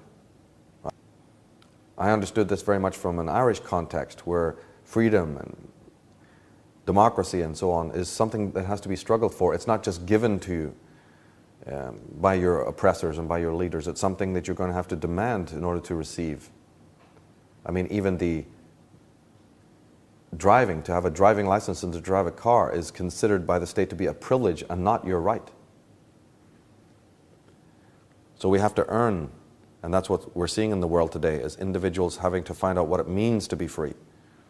And as I said, we are now approaching the right time for all of this. The time of the past was not the time for solution think, but now the time has come. One of the other major setbacks and things we have to understand is that political action is erroneously been favored over legal. In our world today, it's often advanced to us that if you want to remedy a situation, well, you just get involved in politics. Well, as we've been seeing from this show and from also this series, that is simply not true. The whole political architecture has been created to purposely disempower you by allowing you to think that you have some power. Okay, yes, of course, on the street level, certain things get remedied, but who created those problems in the first place?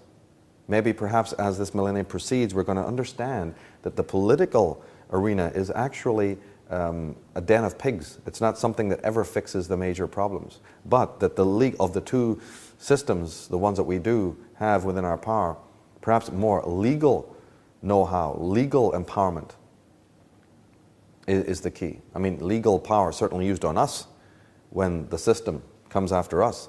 They're not too interested in what political party we belong to when they're kicking down our doors ready to drag us off, or when the IRS are coming in, or the state is coming in, or when the police are harassing us. They don't care if you're Republican, Democrat, or Conservative, or Labour.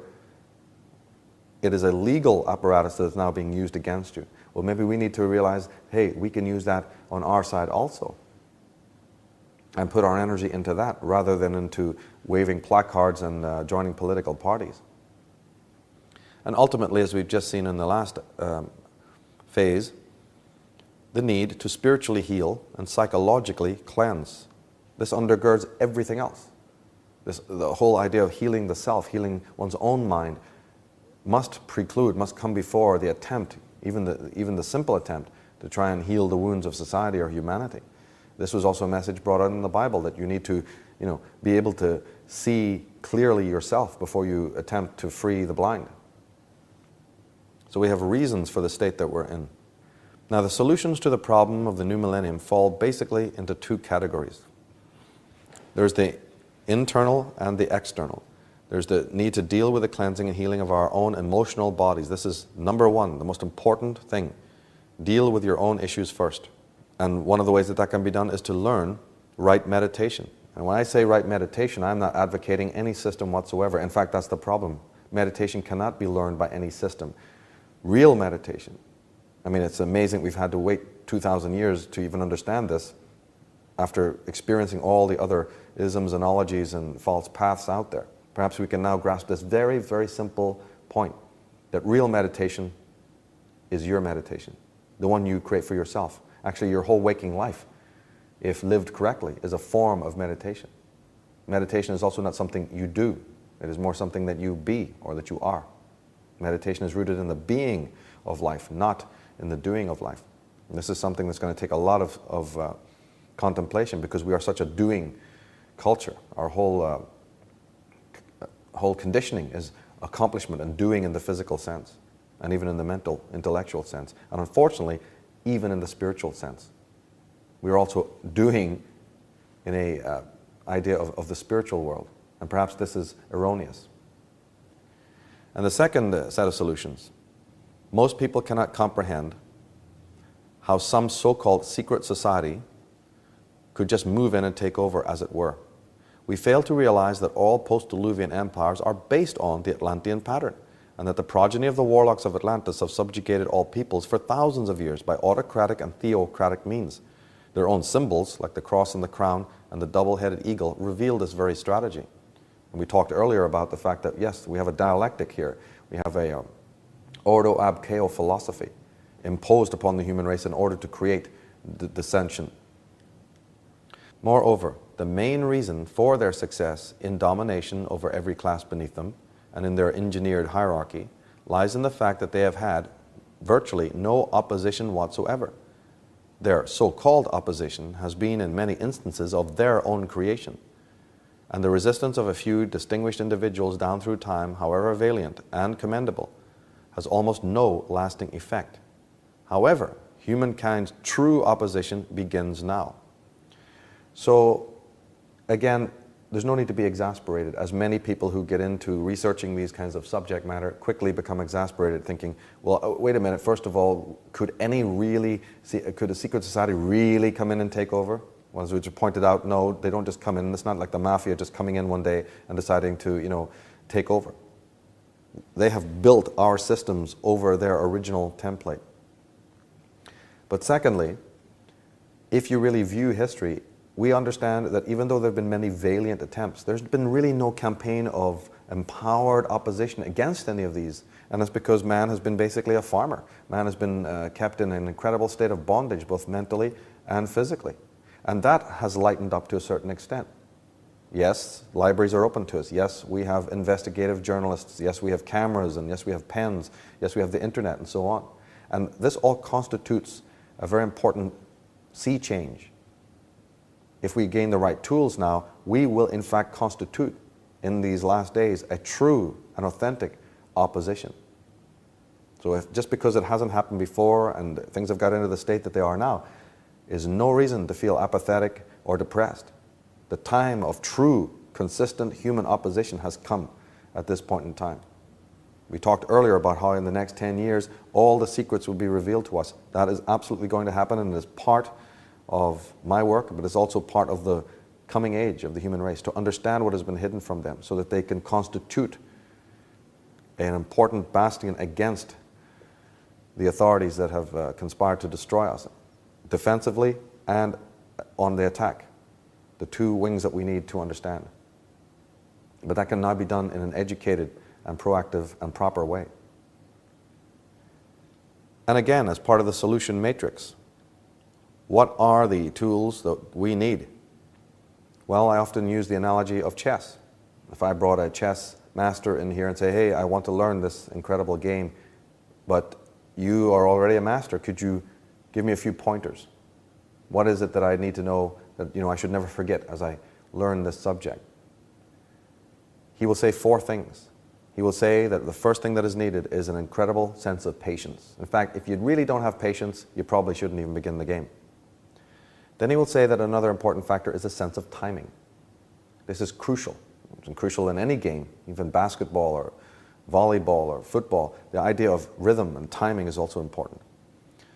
In chess specifically, he will say that there's a psychological dimension, which is knowledge of your opponent. And then he will also say that in chess, success is guaranteed if you're willing to make any and all sacrifices that may be needed of you. And then I think after hearing this, wow, could that not be one of the reasons why we're in the predicament that we are today? Because the individuals that have been controlling mankind for 11, 13,000 years, and certainly who helped bring about the Industrial Revolution and the rise of the great cities and the great governments and religions of the world, we understand that these people have an incredible sense of patience. They have agendas lasting decades. John Dee and his Pact with the Macrobes lets us know this, that they could literally wait aeons, hundreds and hundreds of years in order to just facilitate one phase of what they were doing. So there's an incredible sense of patience. And on the other side, we have none at all as human beings. No patience. They have an incredible sense of timing, and I mean that in every sense. As we saw, they already use sidereal timings, astrological timings. They're very conscious of cycles of which we don't even know that they exist. They have policies in government lasting 5, 10, 15, 20 years and more. And we have very little sense of timing. We want everything to be done overnight. Psychological dimension, knowledge of the opponent. They have studied our every move. They know our libido, our sexual drives, our needs, our wants. Every aspect of our biology and psychology has been studied thoroughly by these individuals and by the people that they put in charge of that particular phase to study the creature that they have also created. What do we know about them? So little, which is again one of the problems that we need to face. We know next to nothing about the individuals that we are in conflict with, but they know a great deal about every nuance of our being and behavior. And then perhaps the clincher, willing to make all sacrifices. As we've seen in this program, for them it's just a matter of when and where. Whereas for us, perhaps because we have the moral sensibility, that one's a big stumbling block. So just looking at these 4 simple points can tell us a lot of the reasons of why we are in the predicament that we are today. Now, Ghislaine Langtot, in her book The Medical Mafia, really has something important to say about this whole solution scenario. And I want to look at the points that she brings up. There are also 4. And she uses the metaphor of David and Goliath, the famous old mythological story in the Bible of the young king, coming out against Goliath, this monstrous giant who's controlling and dominating his tribe. And Ghislaine Langtot says that David identified his enemy. That was the first thing. Identify your enemy. Then he found the weakness. He chose a simple weapon.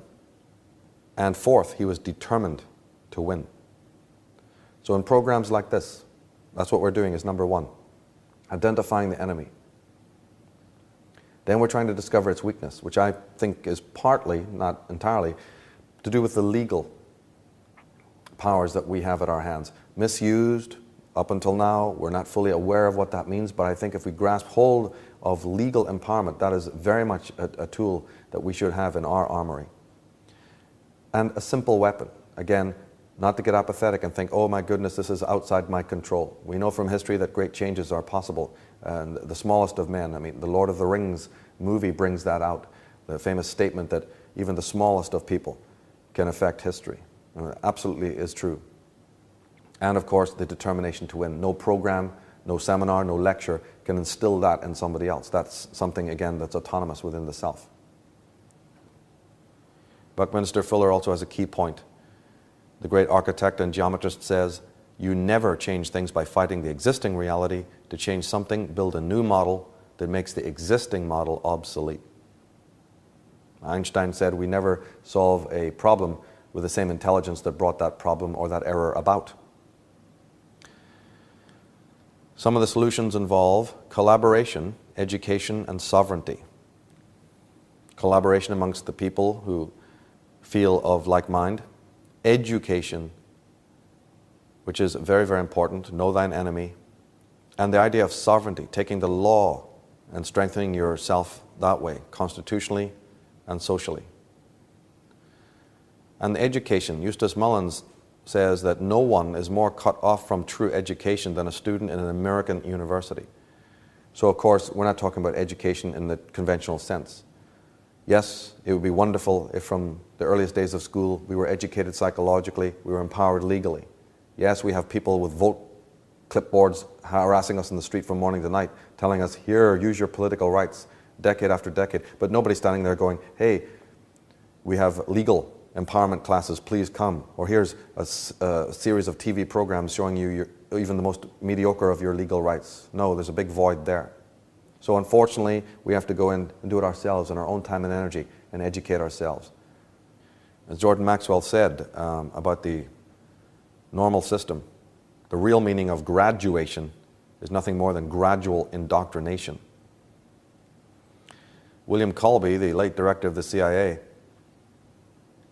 he says, they are dangerous because there are so many of them. It is one thing to have a few nuts or dissidents. They can be dealt with, justly or otherwise, so that they do not pose a danger to the system.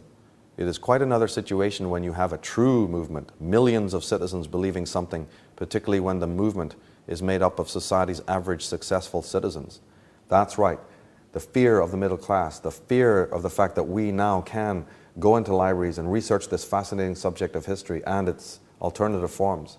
This is a shock. It's a privilege that our forefathers didn't have. But we've gone to schools, we are educated, we can do the research, we can find out all that's been hidden from us. And this statement, and those who've done their homework understand there's a tremendous fear from those behind the scenes of power. That's why they remain hidden. Often we're condemned for calling them the hidden elite, or that they're the secret government. Well, of course they're secret. They're secret because they have a lot to fear, a lot to lose if we ever should discover about their existence. Now, more specifically, we find that, in fact, there was no declaration of peace signed in America after the Civil War. You see, you have a thing called a declaration of war, but at the end of the war, there must be a declaration of peace. There never was one. So we're always in a state of emergency, which gives the president the right to create executive orders, of which there have been many. In the other program in this series, Weapons of Mass Deception Behind the New World Order, we look at this concept of the president's rights because legally, again, there has been no declaration of peace been signed. And therefore, technically, we're under a state of emergency in which the state has even more control than it would. Under Roosevelt, America already had signed Chapter 11. So economically, we went belly up back then. This is a fact that's not well known. We find that President Truman passed the National Security Act, which set the stage for the intelligence agencies to assume complete power. And we find that the president has the right to sign executive orders because of the demise of constitutional law in favor of the British maritime admiralty law system that rules supreme in the country. So again, legal, legal, legal. Are we under constitutional law? No, we find out that we're under British admiralty law when you do your homework. And the executive order signing is also part of the whole aristocratic background of the presidents. James Traficante Jr., quoting from the Congressional Record on March 17, 1993, "It is an established fact that the U.S. federal government has been dissolved by the Emergency Banking Act of March 9, 1933, which was declared by President Roosevelt. Being bankrupt and insolvent, the U.S. federal government exists in name only." Alan L. Benson, in his book The Dishonest Constitution, lets us know, where other men have skimmed the surface, Professor Beard, this is the man who wrote the book The Economic Interpretation of the Constitution of the United States, Professor Beard has gone through to the core. He stayed months in Washington to get to the core. In his search for ancient papers and documents in the Treasury Department, he went into vaults that were so filled with dust that it was necessary to excavate the papers with a vacuum cleaner. When he came back to the surface, he had damning evidence against a good many of the Patriot Fathers. He knew why they were so anxious not only for a new constitution, but for the particular kind of constitution that was afterward adopted. At the beginning of this program, we talked about that the flowery language, the cover of the language of the Constitution, and we, the people, sounded good, because it's not the easiest thing in the world to bring immigrants over here to push the wheel if they think they're going to have no more rights than they did in the horrible Europe they just left. So you have to create a very alluring situation, almost a utopian imagery to get people seduced to come over here. But there's no actual legal benefits at all. The people are neither free, protected, or secure. And we find that this constitution that really all just benefits the rich and the powerful had to be covered over in sugar-coated language. James Madison says it in his Eliot Debates, Volume 5, where a majority are united by a common sentiment and have an opportunity, the rights of the minor party become insecure. In a Republican government, the majority, if united, have always an opportunity. The only remedy is to enlarge the sphere, that is, unite all the states under a federal government, and thereby divide the community into so great a number of interests and parties that in the first place, a majority will not likely, at the same moment, to have common interests separate from that of the whole, or of the minority. And in the second place, that in the case that they should have such an interest, they may not be so apt to unite in the pursuit of it. There's your basic agenda. Doesn't matter what you say after this point. If coherent action from the people is already snubbed by this divide and rule policy, it really doesn't matter whatever happens after that. You can talk all you want about democracy and freedom, but if there's an injustice that needs to be rectified but nobody can even get around the table, then that's the end of the game. And that is done legally. It is not a political action that makes that happen, it is a legal one. And therefore it is a legal one that can undo it. I referred earlier to the infernal trinity of the problem, confusion, solution. This is one of the secret society mechanisms that has been used to get us into the state that we're now in. Well, man can combat that. We have the power to create our own trinity, the supernal trinity of collaboration and education, and then sovereignty on the other side, which is involving the legal process, which will equal finally our freedom. This is the paradigm that comes out of the ancient world. Have we not got one of the most important central motifs in ancient mythology and the Arthurian kingdoms and traditions of the Gaelic people, the round table? Well, what's implied there? Has anyone ever thought of this? That it's a round table in which no man is the head, that it's the coming together of all that make up kingship? Maybe we need to re-understand what that means and bring it about. A holarchy as opposed to a hierarchy. In the hierarchy, we have an up, we've got a down, we've got a middle, we have the uppers and the downers. And the uppers, those who are above us, this overclass, they are the ones who are conditioned to believe from birth that they are the whole. And they're no longer a part of the totality. And the downers, those are those conditioned to believe and feel that they're merely parts with no connection to the whole. This works beautifully. You're either a part of something or you're apart from it. It can be described as apart and apart. Well, wait a minute. The mass of humanity is going to say, I'm not manipulated, I'm free, right? Well, wrong. It's just a small case of processed lies from a prostituted media, subliminal manipulation and persuasion that's going on daily, the intellectual dumbing down. We got mercury poisoning, we got vaccinations and fluoride, we got antidepressants and hard drugs, we got modified foodstuffs, we got all manner of other suppressants coming out of coffee and sugar. We've got chemtrails in the air and airborne carcinogens. We got ELF waves on us and implants. We got manufactured allegiances. We've got artificial class divisions. We have a total lack of historical learning. And we have limited choice, or conversely, over-choice. We have a maritime law system coming out of the ancient world. And we have antiquated and corrupt political systems. And we have a totally corrupt judicial system. How are we free when over 50% of our hard-earned money goes in taxes to a private corporation, the IRS? When we can't even drive on the free ways without a license? When we pay for insurance in order to have the privilege of a driving license? When our children must be sent to government-approved schools or be confiscated from us? Have we ever questioned why that is? Why they could just kick down our doors and take away our children? Or why they even say that suicide is a felony? Hey, maybe it ties into that whole thing that if the country has gone into economic and fiscal default, meaning Chapter 11, all the individuals subsequently from that point are put onto the debt of the United States of America. And is that why it says on a dollar bill to pay all debts, public and private? Is there something we need to know about the indentured slavery of the American people? That they're all bonded onto the stock exchange in lieu of the debt of the United States of America? That they're merely human resources? Is that the reason why at the bottom of a birth certificate it says Department of Commerce? We got questions here about our legal status in the world and how that's being used against us. What happens when the nation's law enforcers are worse than the criminals? When one must buy alternative news information from the so-called underground in order to know what is even going on, because the mainstream media lies to cover their other lies. When schools are now handcuffing kids in as 5 years of age and up instead of educating them. When America has more political prisoners than any other nation, outsources its key jobs, gives billion in foreign aid, and has almost unlimited legal immigration. Again, note the legality question in all of this.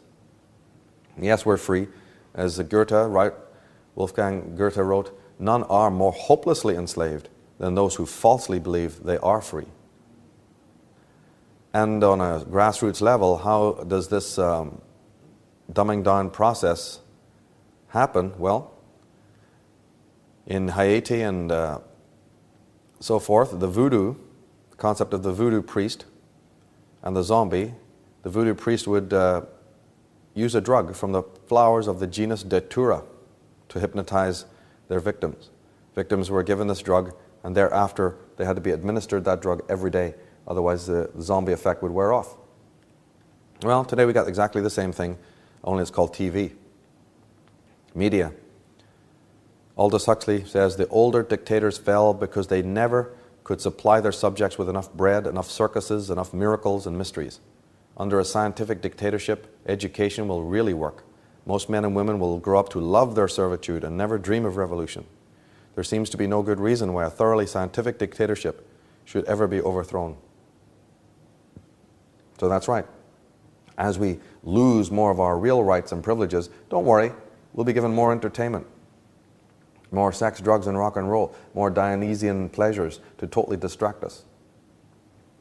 Vladimir Lenin, who should know all about it, one of the worst tyrants the world has ever had to endure, says, when a country is selected for attack, we must first set up before the youth of that land a mental barrage which will forever prohibit the possibility of that youth being molded into an armed force to oppose our invading armies.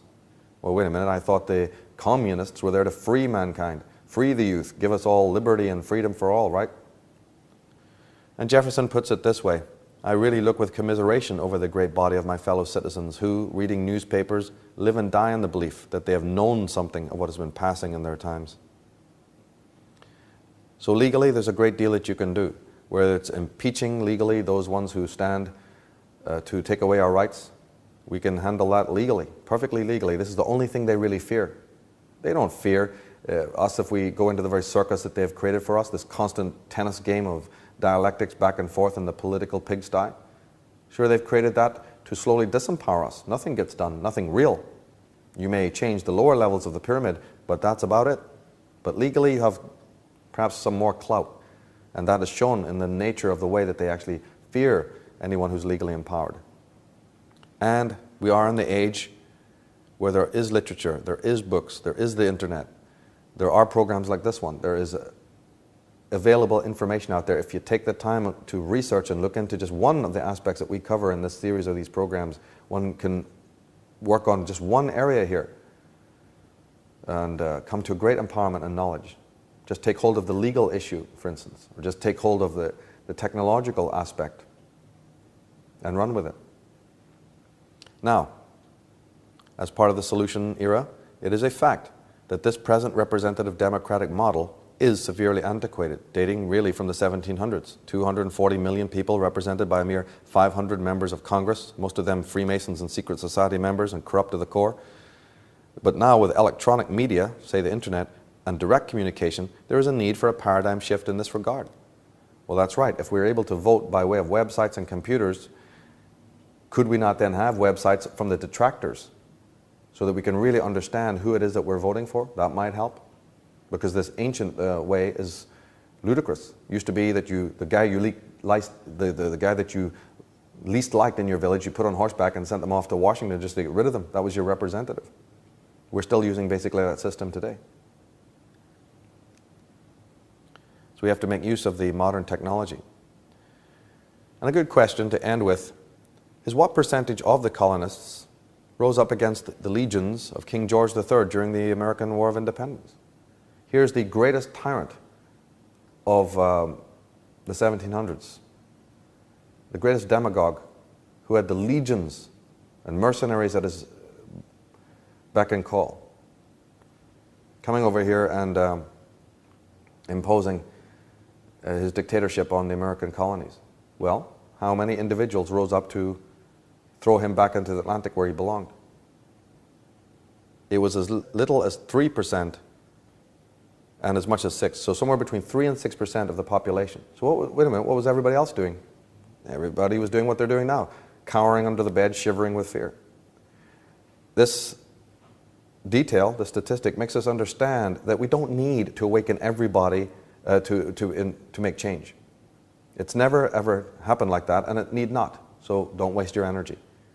Power will be in your hands by a proper study and using the right tools. It doesn't require everybody. Everybody is never going to be focusing in one direction, nor will it take that.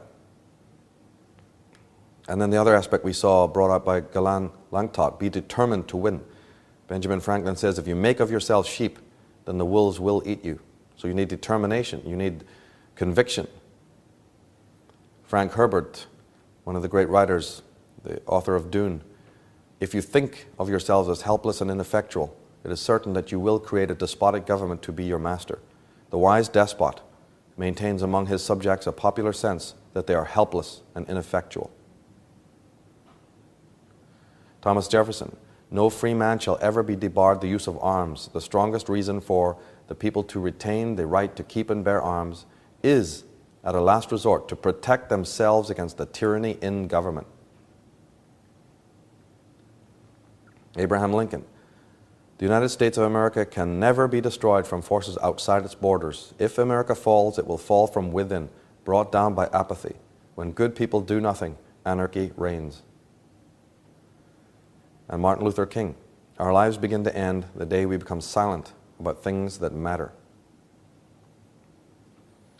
And again, the grassroots approach, as Amy Goodman found out and reported in her book, Exception to the Rulers, she says, people are hungry for unfiltered real-time coverage from real people's perspectives. So hungry that during the Battle of Seattle, there were more hits on the brand new website, indiemedia.org, than there was on CNN.com.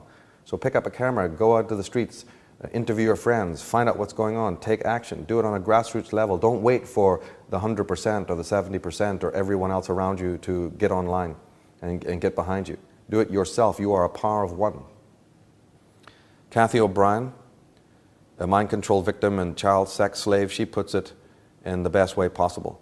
They thought that they had left me with no place to run, but they were wrong because I am running right at them. And finally, from the great British, or great English, I should say, romantic poet Percy Shelley, rise up, he says, like lions after slumber, in invanquishable number, shake your chains to earth like dew, which in your sleep had fallen on you. Ye are many, and they are few.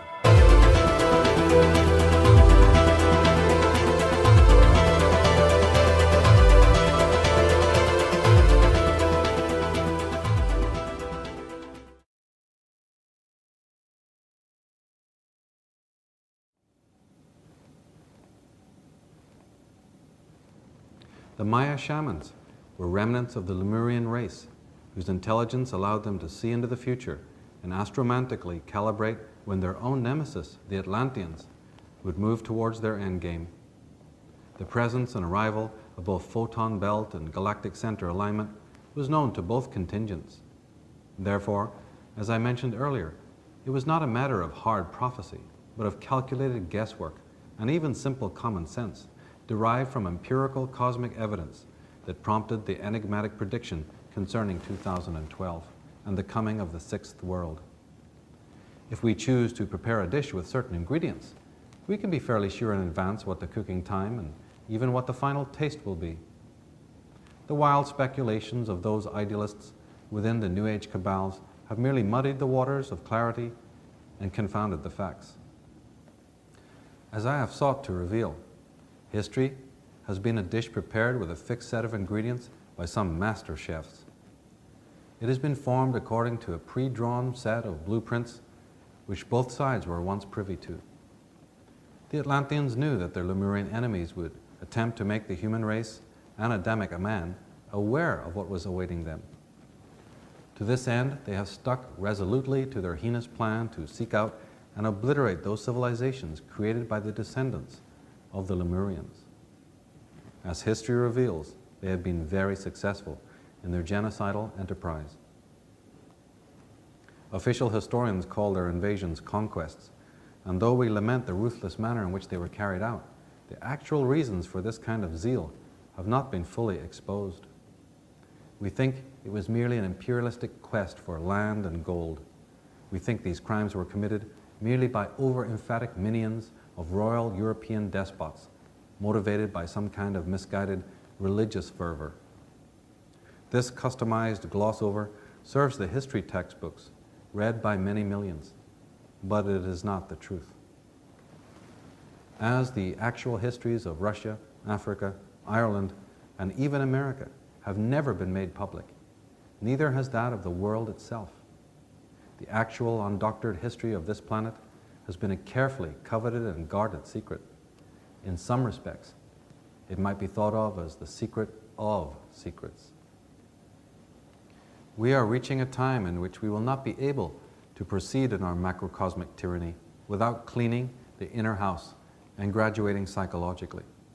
We are seriously arrested in regards to our spiritual development, and we are now going to be asked personally and collectively to sit in after class, so to speak, to catch up. If we are not willing to do this, we are going to find our privileges being removed by the higher powers of justice and balance which are operating around us. When our safety nets are removed, we find that we become very conscious of every step we then take across the long tightrope of life. The time of revealing is no joke, and most human beings are not possessed of inherent skills to deal with the changes that it brings. In short, the photon belt can be seen figuratively as the universal intelligence slowly turning up the light. This has already been occurring, but so gradually that we're not consciously aware of it. We are conscious of the increased darkness caused by the intensification of Akashic light. We are conscious of the psychic and somatic unrest in ourselves and in those around us. We are conscious of the all-pervading moral atrophy and the instability and corruption of political leviathans. We may not see or feel the light, but we do see and feel the spirit of narcissism in evidence all around us. Actually, it is time to be okay with these circumstances, for they're going to continue. They're meant to continue, and there is nothing much to be done about it. The mansion, which was once beauteous and magnificent, but which has long been abused and neglected, and which cannot be restored, must be condemned and leveled. So it is with the world system and status quo.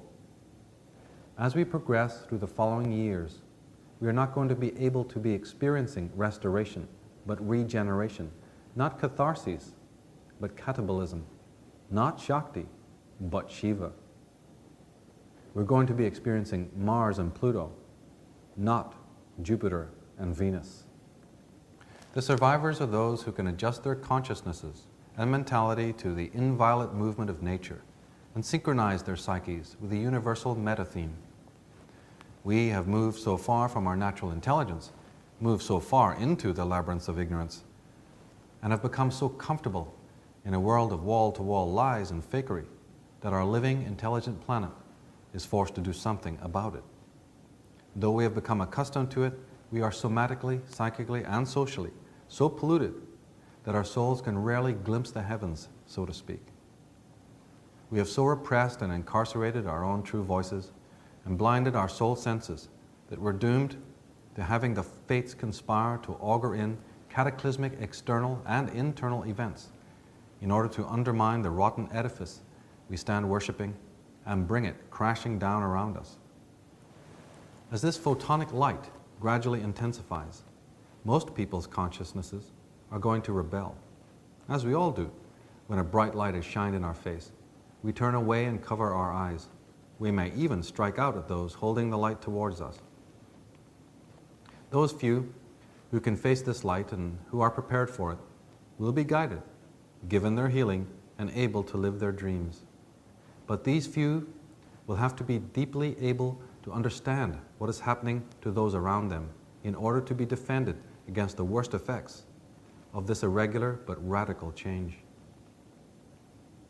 As I predict in my book, Atlantis, Alien Visitation and Genetic Manipulation, whether it be by photonic action or major constellational alignments, we are all going to soon know the truth about our actual origins and existence. The masks are coming down, both on the personal and global levels. Our challenge will be to find the strength to accept what happens and to align ourselves with the catabolic forces which enter to restore and rejuvenate our planet and our being. We must reorient the energies that we channel towards rectifying political and social atrophication towards the inner psychological dimension, for it is our own inner house which needs renovation. We are each primarily responsible for what occurs in the space within, from the center of our being to our physical skin. It is this organic temple which needs cleansing, and not so much the outer environment. And, like our ancestors, we are to adjust our consciousnesses so that we are concerned with the overall welfare of the planet and not merely our own material needs. Man has a lot to make up for and great abuses to take responsibility for. His recompense needs to be deep, sincere, and active. The fact is that you are here on this planet as a guest. Your purpose is to leave the planet in a better condition than when you found it. Now, those who do not understand this purpose are condemned to act in a manner which achieves the opposite result. However, no welcome guest destroys his host's property or leaves things in a mess. None of us would tolerate this kind of behavior from anyone in our lives. So please understand that we are not going to be permitted to be delinquent guests much longer by our living host, the Earth. The Maya calendar's date of December 21st, 1999 was the beginning of the time of reckoning. It signaled a time when the living universal presence would begin calling out our names to check out how many of her children are awake and attentive. The sensitive ones who are hearing her have little to worry about. Alternatively, those who refuse to awake and who remain narcissistic, careless, and abusive may have everything to worry about.